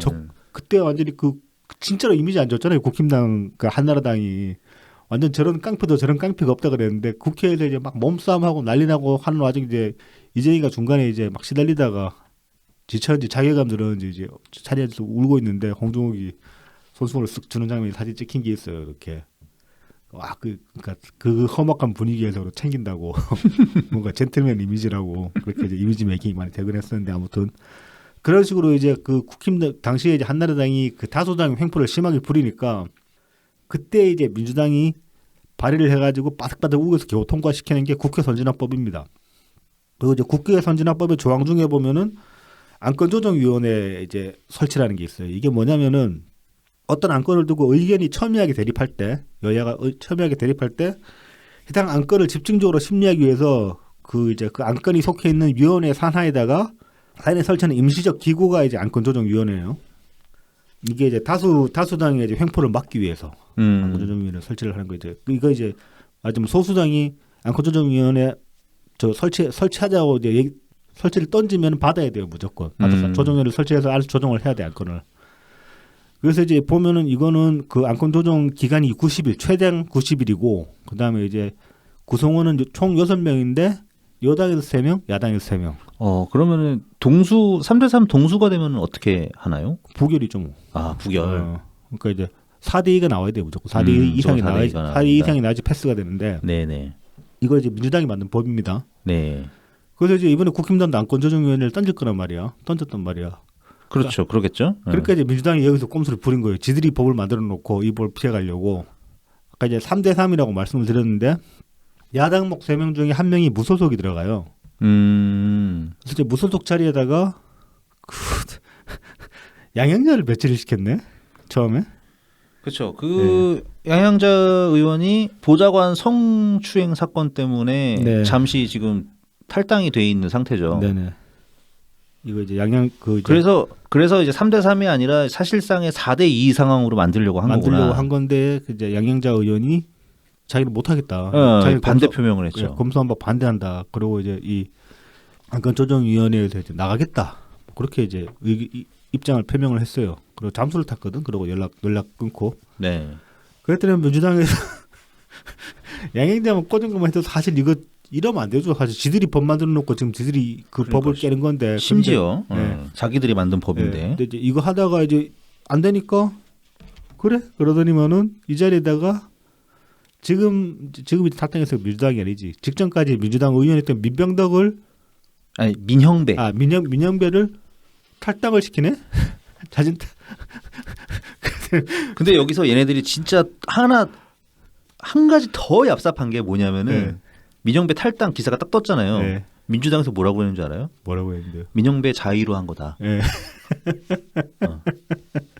민영배 스스로. 그러니까 자의로 탈당은 자의인데 안건조정위에 꽂은 거는 자의를 할 수가 없잖아. 내가 안건조정위에 갈래요 한다고 받아주는 게 아니잖아. 그다가 법사위로 임명했잖아. 또. 그러니까 완전 생 양아치지. 생 양아치 짓을 했어요. 그리고 또 이제 이 안건조정위원회 위원장이 그 위원회에서 제일 국회의원 중에 제일 연장자가 이제 보통 위원장을 만든다고 합니다. 그래서 급하게 김진표 의원을 법사위로 이동시킨 다음에 안건조정위원회에 집어넣었어요.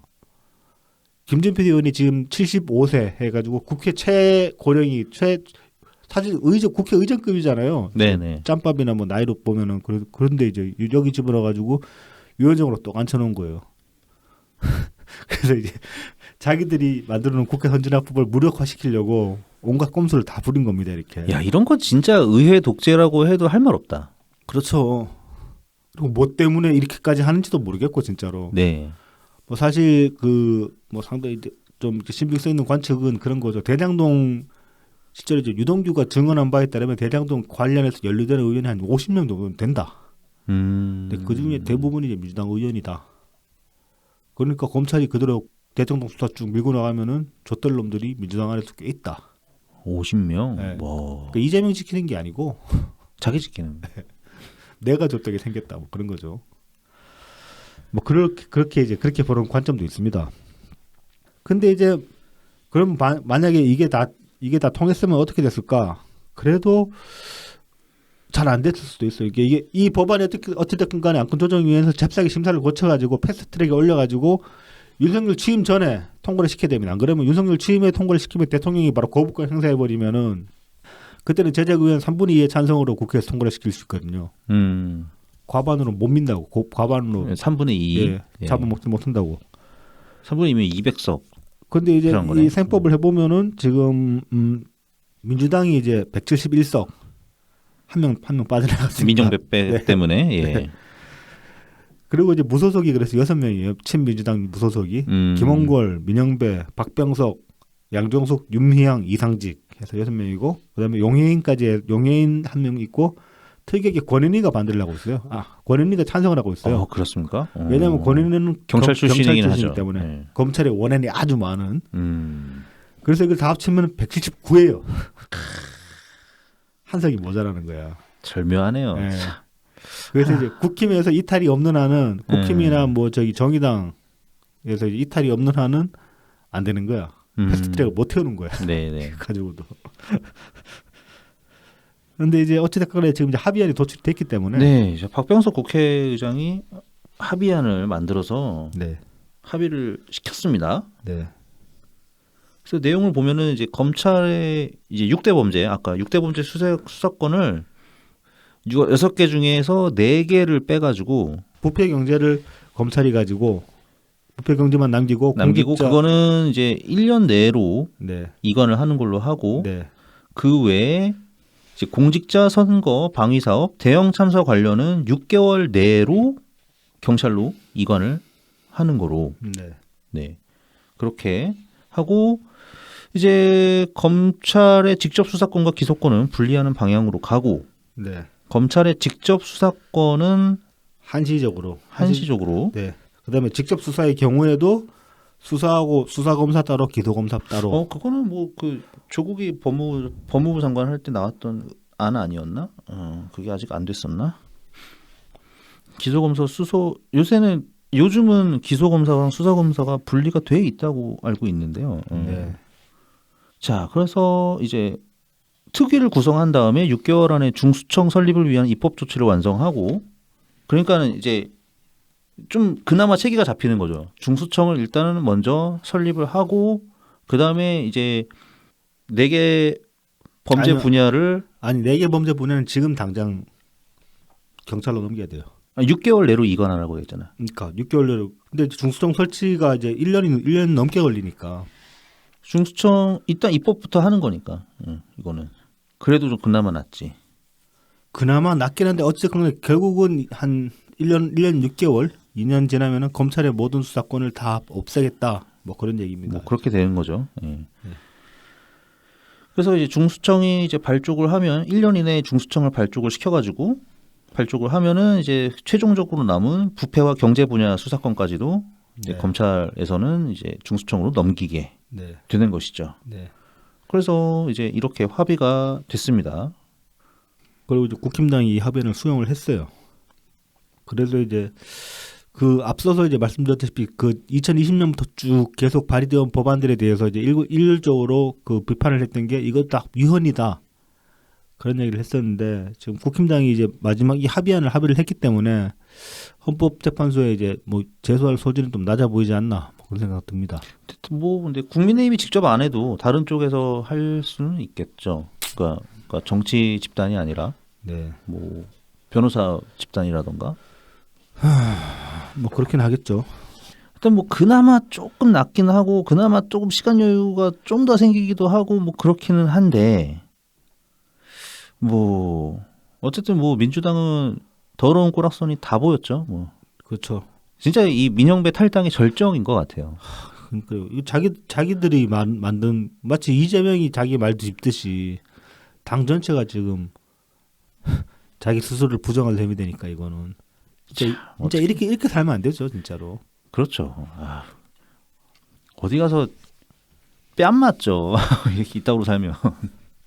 그리고 그 저기 뭐야 뭐 보면 흔히들 스스로 진보라고 생각하는 인간들이 하는 소리 중에 하나가 뭐 그런 게 있잖아요. 보면 가난한 사람들이 왜 부자 걱정하냐, 가난한 사람들이 왜 한나라당 찍냐, 국민의힘 찍냐, 거기 부자당인데 그런 얘기 하잖아요.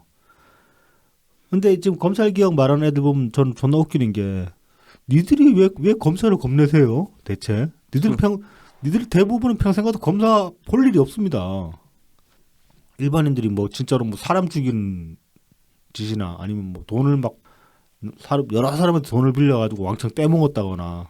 그러니까 뭐 그런 딱 그거죠. 6대 범죄 안에 과연 너네가 엮일 일이 뭐가 있냐? 그렇죠. 부패했냐? 네. 뭐 경제 사범이냐? 그러니까 경제 사기쳤니? 뭐 그다음에 뭐 무슨 뇌물 받았니? 공주가 아니면 당신이 공주죄야? 선거법 위반은 많이 하겠다. 선거법도 그 일반인이 저지르는 짜잘한 것들은 대부분 일반인이 선거법 위반해봤자 뭐 저기 게시판에 글 잘못 썼거나 뭐 그런 거 약식 기소 뭐 이런 거 네, 뭐 현수막 걸었거나 아니면은 좀 빡세게 걸리면 저기 요즘은 그런 것도 거의 없지만은 선거철에 뭐 밥 한 번 잘못 얻어먹었다. 그렇죠. 그런 걸로 걸리는 수가 있는데 뭐 그러니까 아무튼 자기들은 검사 볼 일 없어요 평생. 그 저기 당사 앞에 지금 나와가지고 그 맨날 죽치고 있는 개딸 아줌마들 검사 볼 일 없어요. 뭐 대부분 뭐 잘 나가는 사람들도 아니잖아. 검찰청에 가서 검사 볼 일도 없고 일상적으로도 검사랑 마주칠 일이 없습니다. 당신들은 뭐 그 집도 그냥 거문거문하게 하기 때문에 뭐 검사랑 결혼할 일도 없을 거고. 이미 대부분 하신 것 같은데. 그러니까 뭐 검사 사이나 검사 며느리 드릴 일도 잘 없을 거고. 뭐 자식 뭐 그렇게 맨날 그 당사 앞에 나와 죽쳐 앉아 있으면 애들이 공부 잘할 것 같지도 않고.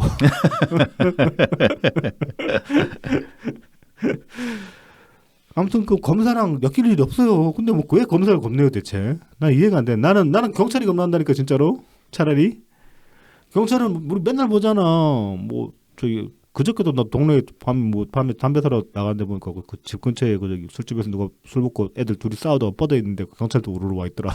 어휴, 큰일 날 뻔했네. 그러죠. 경찰이야말로 우리가 일상적으로 접하는데 그렇죠. 경찰한테 더 큰 몽댕이를 쥐어주면은 그 몽댕이들을 당신들을 향하지 않는 보장이 없다니까.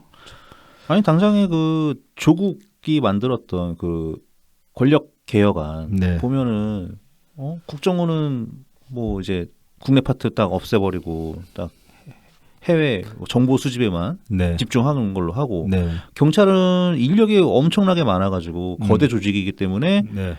지방 경찰 네. 예? 지자체에서 감독하던가 하여튼 자치 경찰을 만들어가지고 어떻게든 좀 쪼개놓겠다 네. 네. 이렇게 했고 네. 그 다음에 이제 검찰은 이제 방향을 이제 뭐 기소권과 수사권을 분리하겠다 네. 이렇게 하긴 했는데 어쨌든 홍영표 원내대표 때였죠. 네. 그때 이제 패스트트랙 태워가지고 일단 6개 남기고 그렇죠. 한 거잖아요. 네. 그거 한 지 얼마 안 되지도 않았어요. 그렇죠. 네.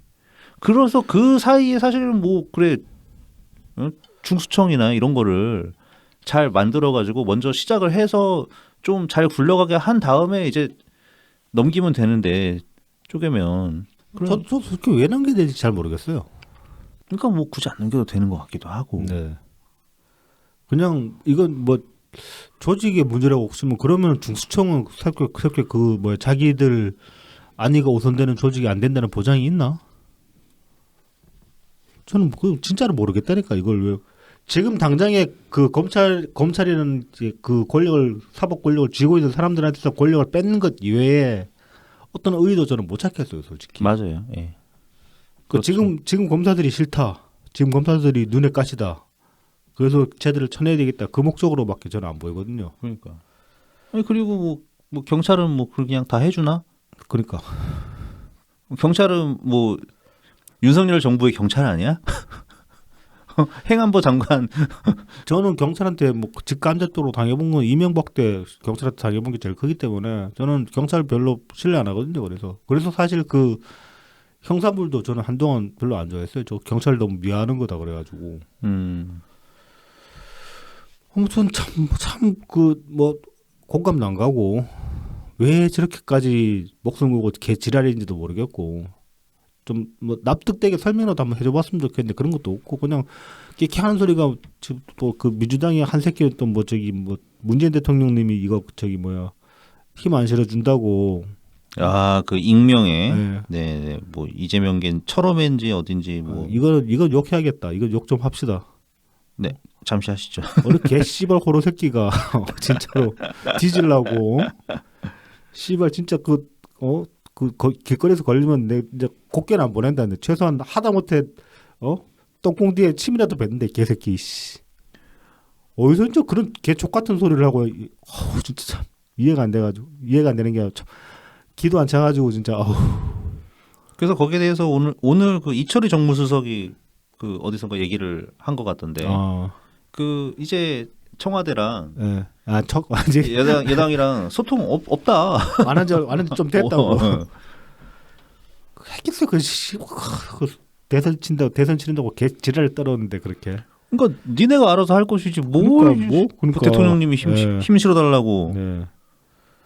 니들이 똥 쌌으면 니네가 치워야지. 그러게 말입니다. 그래서 지금 똥의 상황이 어떤지 최근 그 MBS 여론조사를 보니까 그 검찰 수사 기소권 분리 찬성이 39%, 반대가 50%로 나오고 있습니다. 생각보다 반대가 덜하는지 저는 한 60대 30 정도 되는 줄 알았더니만은. 네네네. 여기서는 이제 한 10% 정도 차이가 줄어들었는지 어떠는지 모르겠어요. 네. 10% 정도 차이가 나고요. 네.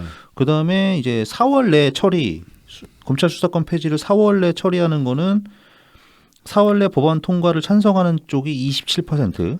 그게 개딸이라니까. 개딸과 그 이재명 코어들. 그 다음에 충분한 논의가 필요하다가 65% 네. 이렇게 나오고 있습니다. 뭐 지방선거에 얼마나 도움이 잘 될까 모르겠어요. 지금 그 당내에서도 관련해가지고 지방선거에서 악영향 끼친다는 우리의 목소리가 좀 커지고 있다고는 합니다. 그런데 이걸 대놓고 반대하는 사람이 별로 없다는 거. 특히 이제 조홍천 같은 애들 별로 이제 자기 뒤 걱정 안 해도 되는 애들 그런 애들이나 반대를 대놓고 할 수 있다는 거. 그리고 뭐 이미 늦었죠. 네. 이미 뭐 판 다 벌어질 대로 벌어지고서 이제 끝났는데. 뭐 뭐. 지금 민주당에 남아 있는 의의는 없다고 봐도 무방합니다. 저 꼬라지를 네. 보면은 솔직히 저는 김진표 의원도 좀 실망했고 그 당에서 떠민다고 거기를 갑니까 그거. 그리고 법사위원장 박광원 의원도 그렇죠. 그냥 뭐 하여튼 답답한 상황입니다. 네. 이어서 이제 당꼬라지를 좀 더 보자면 지방선거 공천 제가 좀 많이 웃긴데 제가 이제 뭐 짧게 하겠습니다. 뭐 경기도 같은 경우 이제 어제 했던 MBC 토론에서 이제 어제 했어요? 네 아, 대표 이거 토론에서 몰랐네. 경기도 경기도의 경선 후보자 토론을 했는데 여기서 이제 모두 발언들만 한번 짚어볼게요. 네. 조정식이는 저는 이재명 전 경기지사의 가치를 개성 발전시킬 준비된 도지사. 그다음에 염태영은 4년 전 민생경제 전문가인 이전 지사를 선택해 만족하셨다면 이제 이번에는 꼭 저를 주목해달라. 안민석은 이전 지사는 작년 가을 전 도민에게 100% 재난지원금을 주는 쾌거를 이뤘다. 참으로 대단한 성과이고 성공적 모델이었다. 김동연은 지난 대선 과정 이전 지사를 4차례 만나 같이 연대를 했다. 이전 지사가 도에서 3번에 걸쳐 재난지원금을 지급한 것에 대해 긍정적으로 보고 앞으로도 해야 한다고 생각한다. 이 아저씨 나는 좋습니다. 전임에 대한 어떤 저런 예우 좋은데 야이씨 문재인 대통령님 그렇게 못 가서 한다는 것들이 자 근데 나는 이 4명 중에서 네. 뭐 김동연도 이해가 안 되지만 네. 염태영 그 전 수원시장 이 아저씨도 참 이해가 안 됩니다. 솔직히 저는 그래서 그 염태영 시장에 관해서 뭐 정치 실력이나 뭐 뉴비씨나 많이 쉴드를 쳤단 말이죠. 그 어쩔 수 없는 입장이 있다고 당시에 이제 수원시장이니까 경기도지사가 상급 기관이니까 어쩔 수 없는 면이 있다고 그렇게 해서 쉴드를 많이 쳤는데 이 꼬라지까지 얘기하는 거 보면은 그 사람들 판단이 좀 틀렸다고 생각합니다 지금. 네네. 그 뭐 정신도 그렇고 뉴비씨도 그렇고 마찬가지로 그 어떤 정보의 출처로서 정치인들과 이제 어느 정도의 친분을 맺는 건 당연하지만은 그냥 뭐 저희도 이제 그 시청자의 한 사람 입장이기도 하니까 그다음에 그런 정치권과의 일단 1년에 뭐 단 한 톨의 친목도 없는 사람들이니까 그런 사람들 입장에서 보면은 그 좀 친목에 매몰된 경향이 있어 보여요 가끔씩. 그런 것들은 뭐 사람 살다 보면 뭐 그럴 수도 있지 뭐. 그럴 수도 있긴 한데 그게 이제 이 마이크가 다수를 향할 때는 진짜로 조심해야 되는 거죠. 그런 것들은 자기 판단이 침묵줄로 흐려져 버리면은 그거는 정보의 왜곡이 되니까. 어때까지 뭐 그냥 막 완전히 그 이재명의 계승자를 자처하고 있습니다. 염태영 시장 그때 그 고생한 거 참 아무렇지도 않았습니까? 그 조광한 시장이나 장덕천 부천시장님에 비하면은 진짜 그러니까 너무 그 곤조가 없다고 해야 되나 이걸 뭐라고 해야 되나 이게. 뭐 몰라요.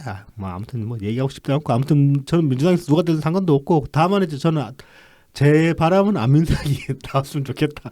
안민석 나와서 개최를 했으면 좋겠다. 뭐 이 중에 누가 되든 간에 처발리면은 나름대로 쌈통이다 싶겠지만 안민석이 처발리면 제일 쌈통일 것 같다는 생각이 듭니다. 조정식이나 안민석이 털리면은 좀 재밌을 것 같긴 해요. 네. 왜냐면은 배지가 하나 줄거든. 그렇죠. 민주당이. 그렇죠. 예. 그런 재미가 좀 있을 것 같아요. 추가로. 한편 이제 국힘당은 21일 날 김은혜로 확정이 됐습니다.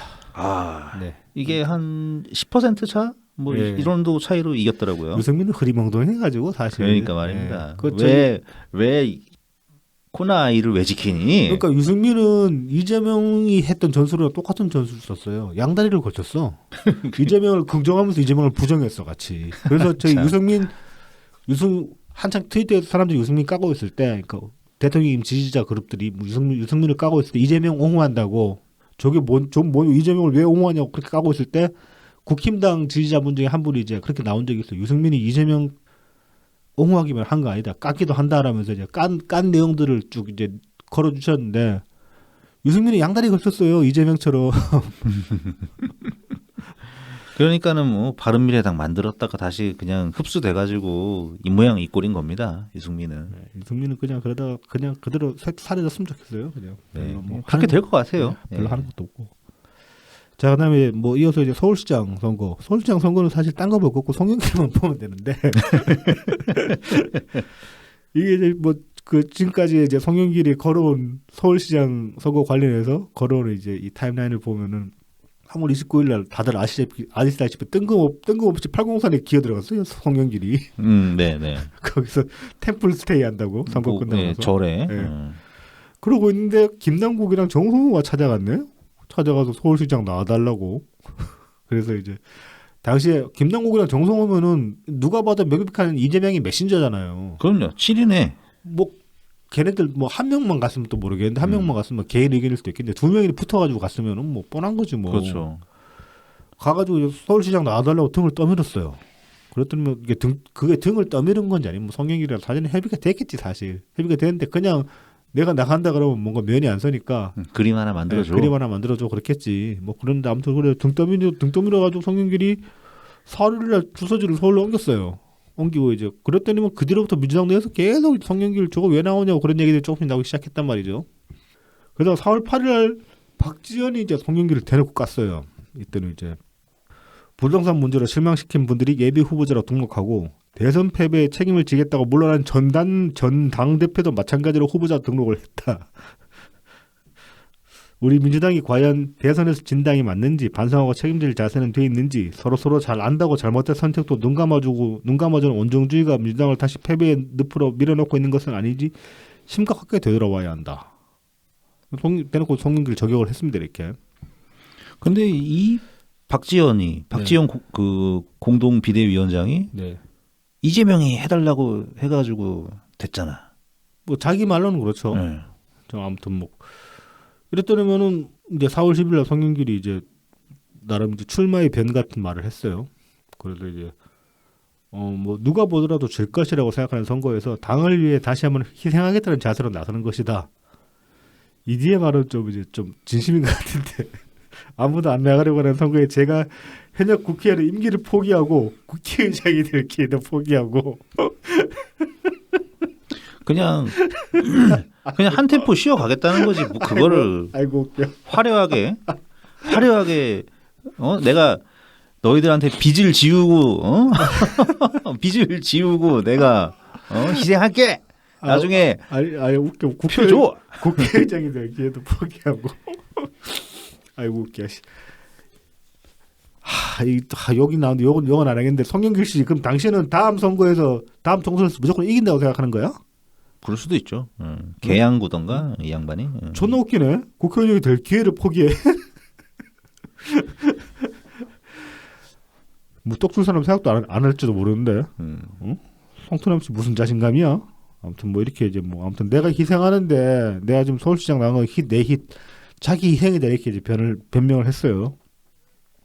그런데 이제 4월 13일에는 서울이 전략 선거구로 지정이 됩니다. 이제 관련해서 보면은 뭐 전략 선거구라고 지정을 했는데 이게 전략 공천은 또 안 되려고 한 발을 뺐어요. 처음에는 당에서 전략 공천을 하겠더라고 얘기를 했는데 그랬더니만은 뭔 전략 공천이냐고 이제 말이 막 나오니까 한 발을 빼는 모양새를 취하면서 전략 공천이 아니고 전략 선거구다. 근데 이게 이 차이를 잘 모르겠어요. 근데 전략 선거구로 하면은 경선을 한대. 그러면 그냥 일반 그 저거는 또 뭐가 달라 대체? 그러니까 이게 좀 스텝이 완전히 꼬인 건데, 근데 저는 개인적으로 그러니까 전략 공천 지역으로 했다고 하더라도 그건 좀 저는 잘못됐다고 생각을 해요. 네. 왜냐하면은 후보가 없잖아. 데리고 올.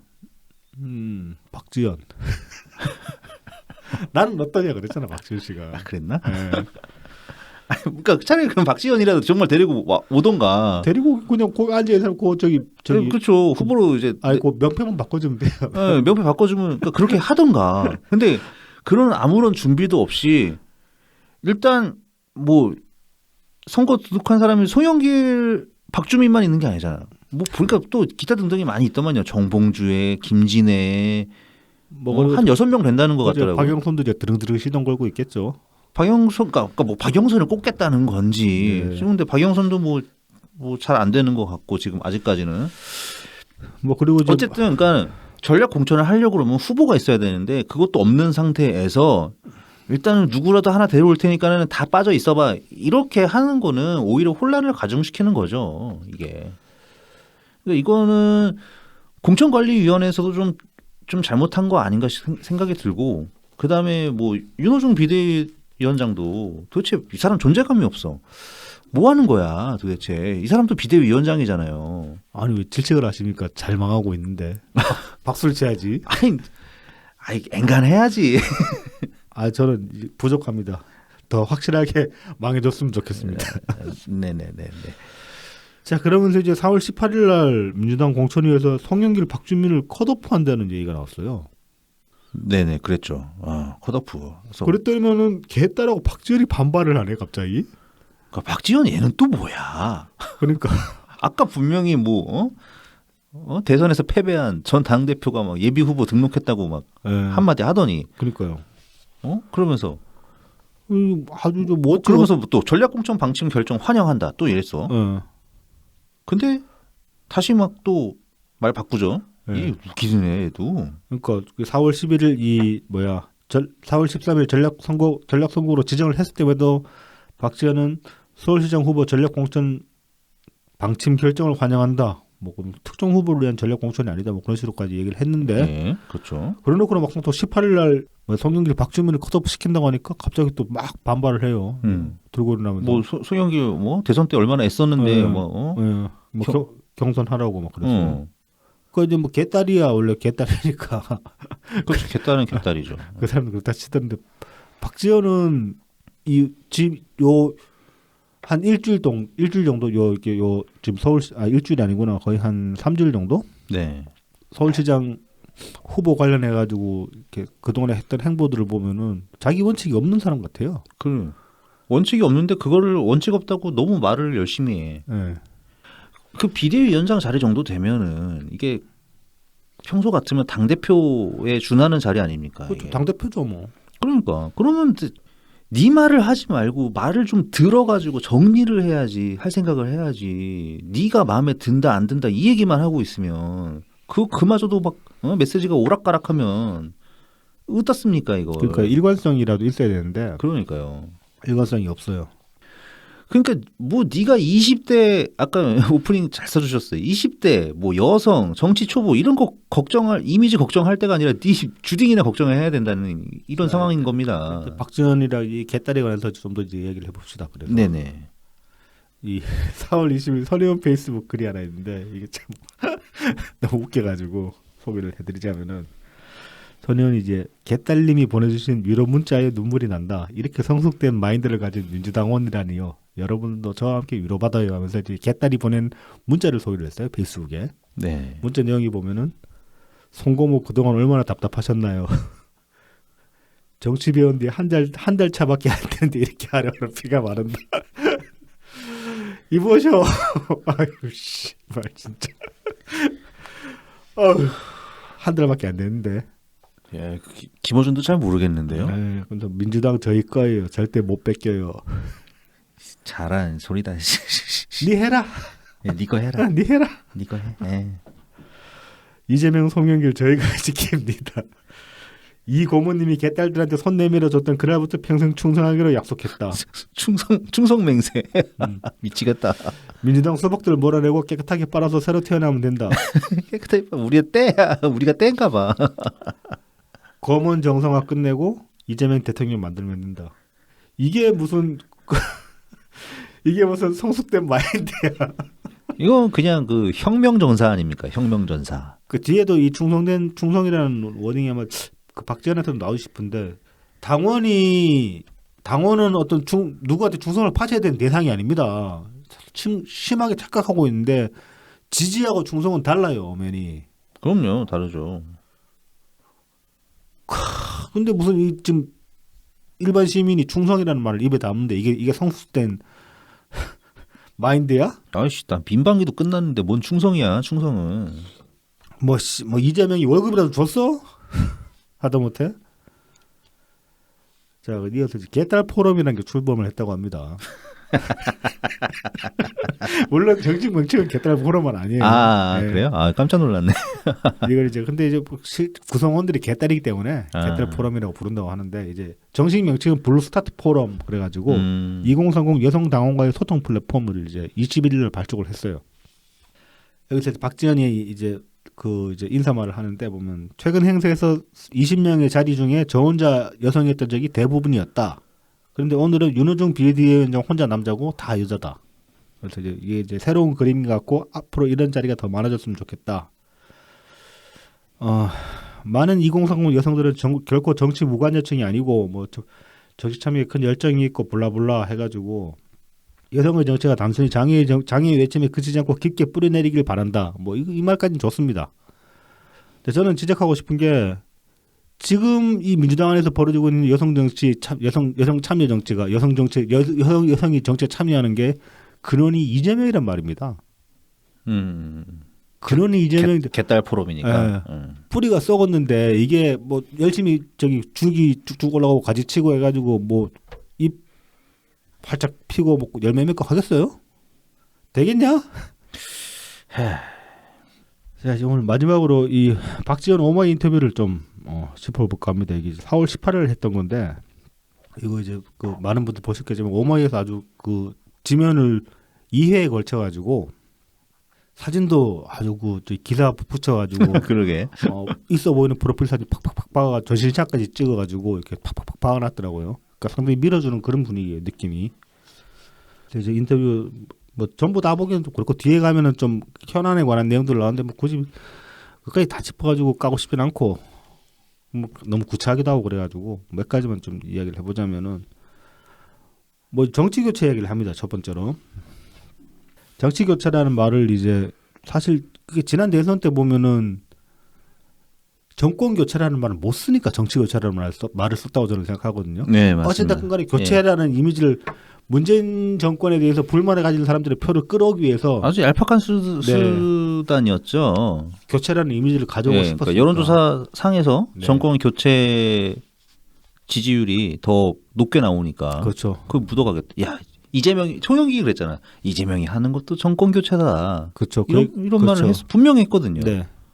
근데 이제 그 말이 너무 위험하니까 네, 잘못하면 이제 집토끼까지 날아갈 수 있으니까 그래서 이제 나름대로 순화시킨다고 만든 말이 정치 교체라는 듣도 보도 못한 이상한 말이었단 말입니다. 네. 근데 이제 박지원은 이거를 이렇게 해설을 해요. 이게 뭐 그동안 많은 분들이 정치 교체의 필요성을 느끼셨고 그 결과가 이번 대선에서 나타났다고 생각합니다. 정치 교체는 헌법 1조 2항 대한민국 김재동이 맨날 말하는 거 있잖아요. 대한민국은 주권이 국민으로부터 나오고 그 얘기. 네. 헌법 1조 2항을 이제 오롯이 실현하는 거다. 그러면서 이제 많은 국민들은 정치를 그렇게 안 보고 있고 정치가 이제 정치인들을 위한 정치만을 하고 있다. 그렇게 보고 있다. 그렇게 지적을 합니다. 이제 그러면서 그래도 문재인 정부가 제도적 완성 측면에서는 진전을 이룬 게 사실이지만은 이제 다만 일상적으로 민주주의를 체감하는 데 있어서는 아직까지 그렇게 현실적으로 와닿지는 않는다. 저는 이 말 자체가 너무 식상하더라고요. 식상하기도 하고 이게 박지원이 얼마나 정치적으로 무식한가를 잘 드러내는 거라고 저는 생각합니다. 한마디로 내텅텅 소리를 한 거라고 생각을 하는데요. 네. 이게 그거 아닙니까? 그러니까 87 헌법인가 이제 개헌해가지고 네. 그때 이제 기본적으로 어느 정도 민주주의가 완성이 됐고 제도적으로 완성이 됐는데 이제 체감이 안 되는 상태로 계속 이어져 오고 있다. 그래서 개헌을 하자는 얘기를 할 때도 이런 표현이 나오고 네. 좀 더 이제 풀뿌리 민주주의로 이렇게 사람들이 체감하는 이 표현은 똑같아. 네. 민주주의를 체감할 수 있게 해야 된다. 네. 그런 얘기를 하는 건데 그거를 문재인 정부에다 대고 하고 있는 거예요. 이 사람이 최근 10년 넘게 문재인 정부만큼 민주적으로 한 정부도 없습니다. 없죠. 의사결정이 있어가지고 엄청나게 민주적 절차를 중요시하려고 정말로 노력했던 절차적 정당성 정말로 노력했던 정부가 문재인 정부인데 뭣도 모르니까 이렇게 쉽게 말을 함부로 짓거리는 거고 그냥 입력된 대로 그냥 뱉어내는 거예요. 그리고 이제 정치 교체를 김지현이 이제 다양성 정치에 있어서 다양성 추구라고 말을 하고 있어요. 정치 교체가 뭐냐라고 물었을 때. 네네.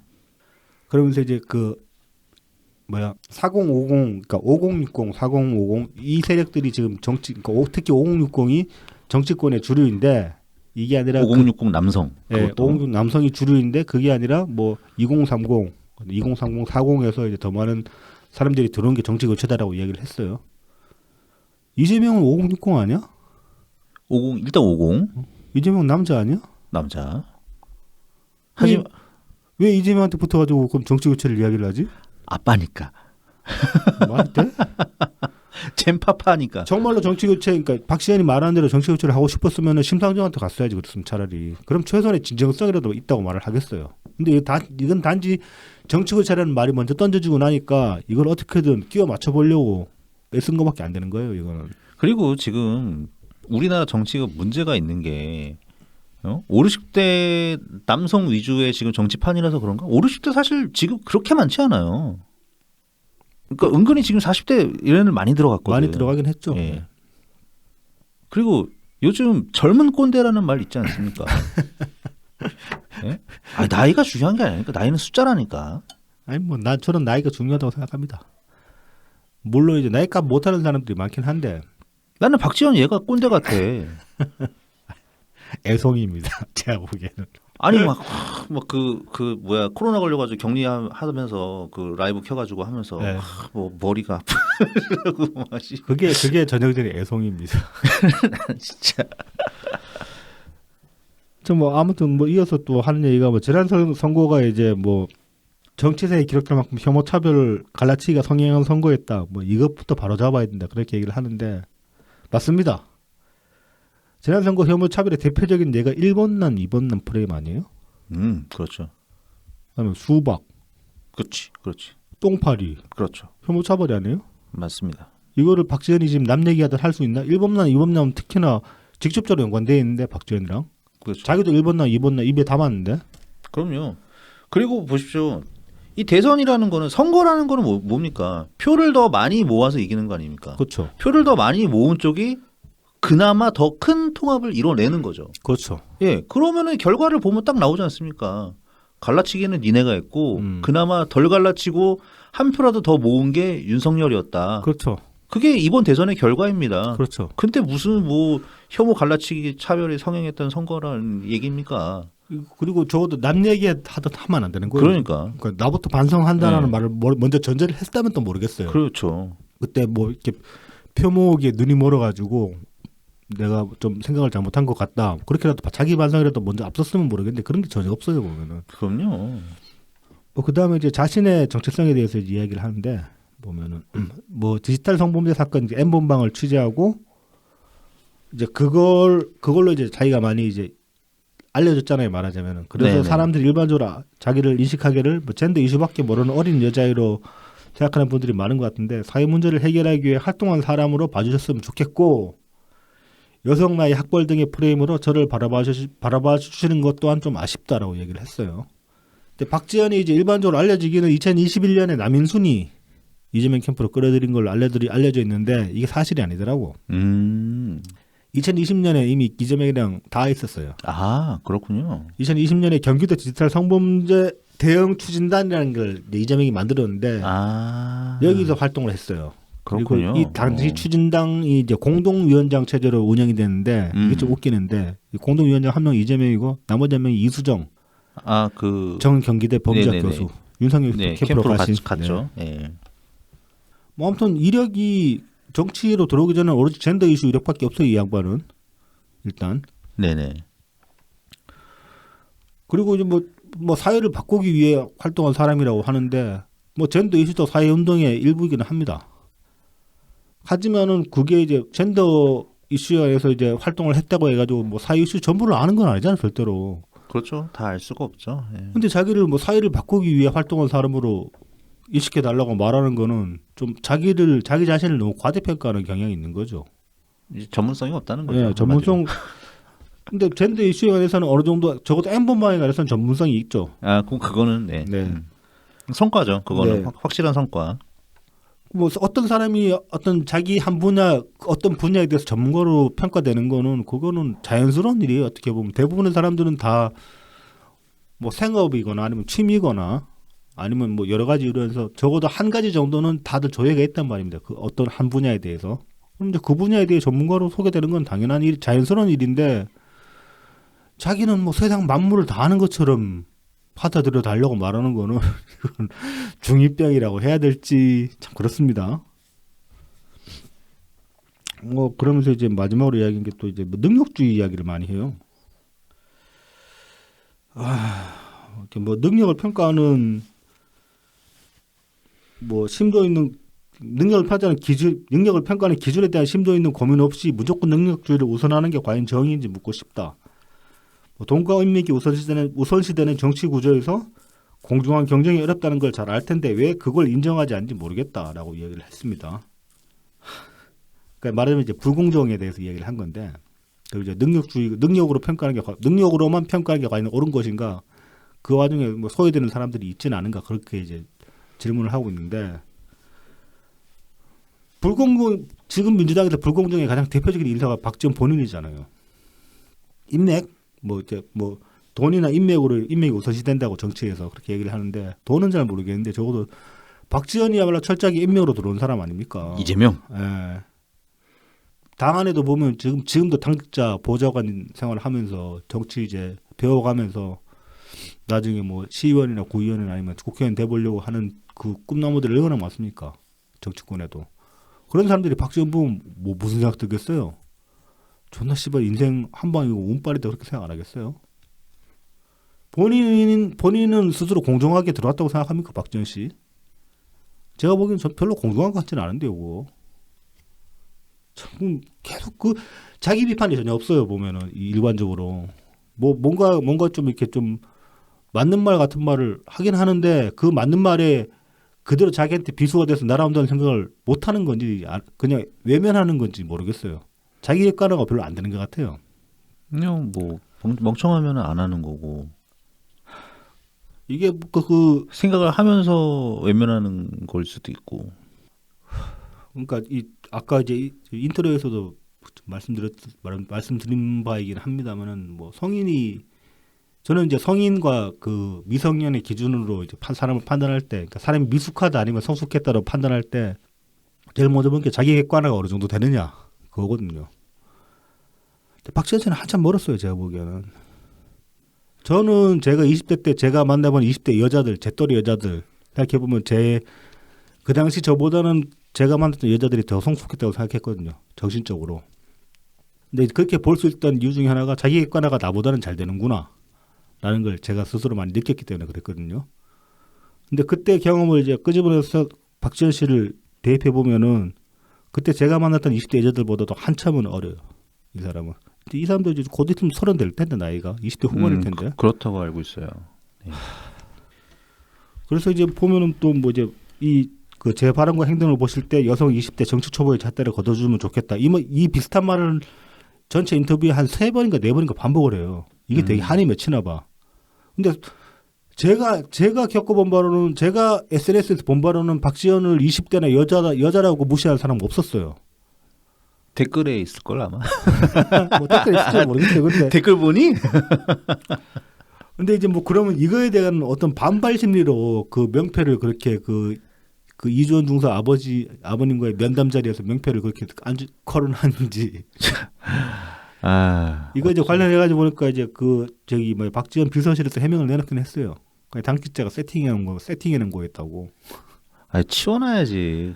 그러게. 그 실무진도 뭐니 그게. 그러니까 당직자가 설령 세팅해놨다고 쳐도 나 같아도 그냥 이거 뭡니까? 로 치워버리겠어 바로.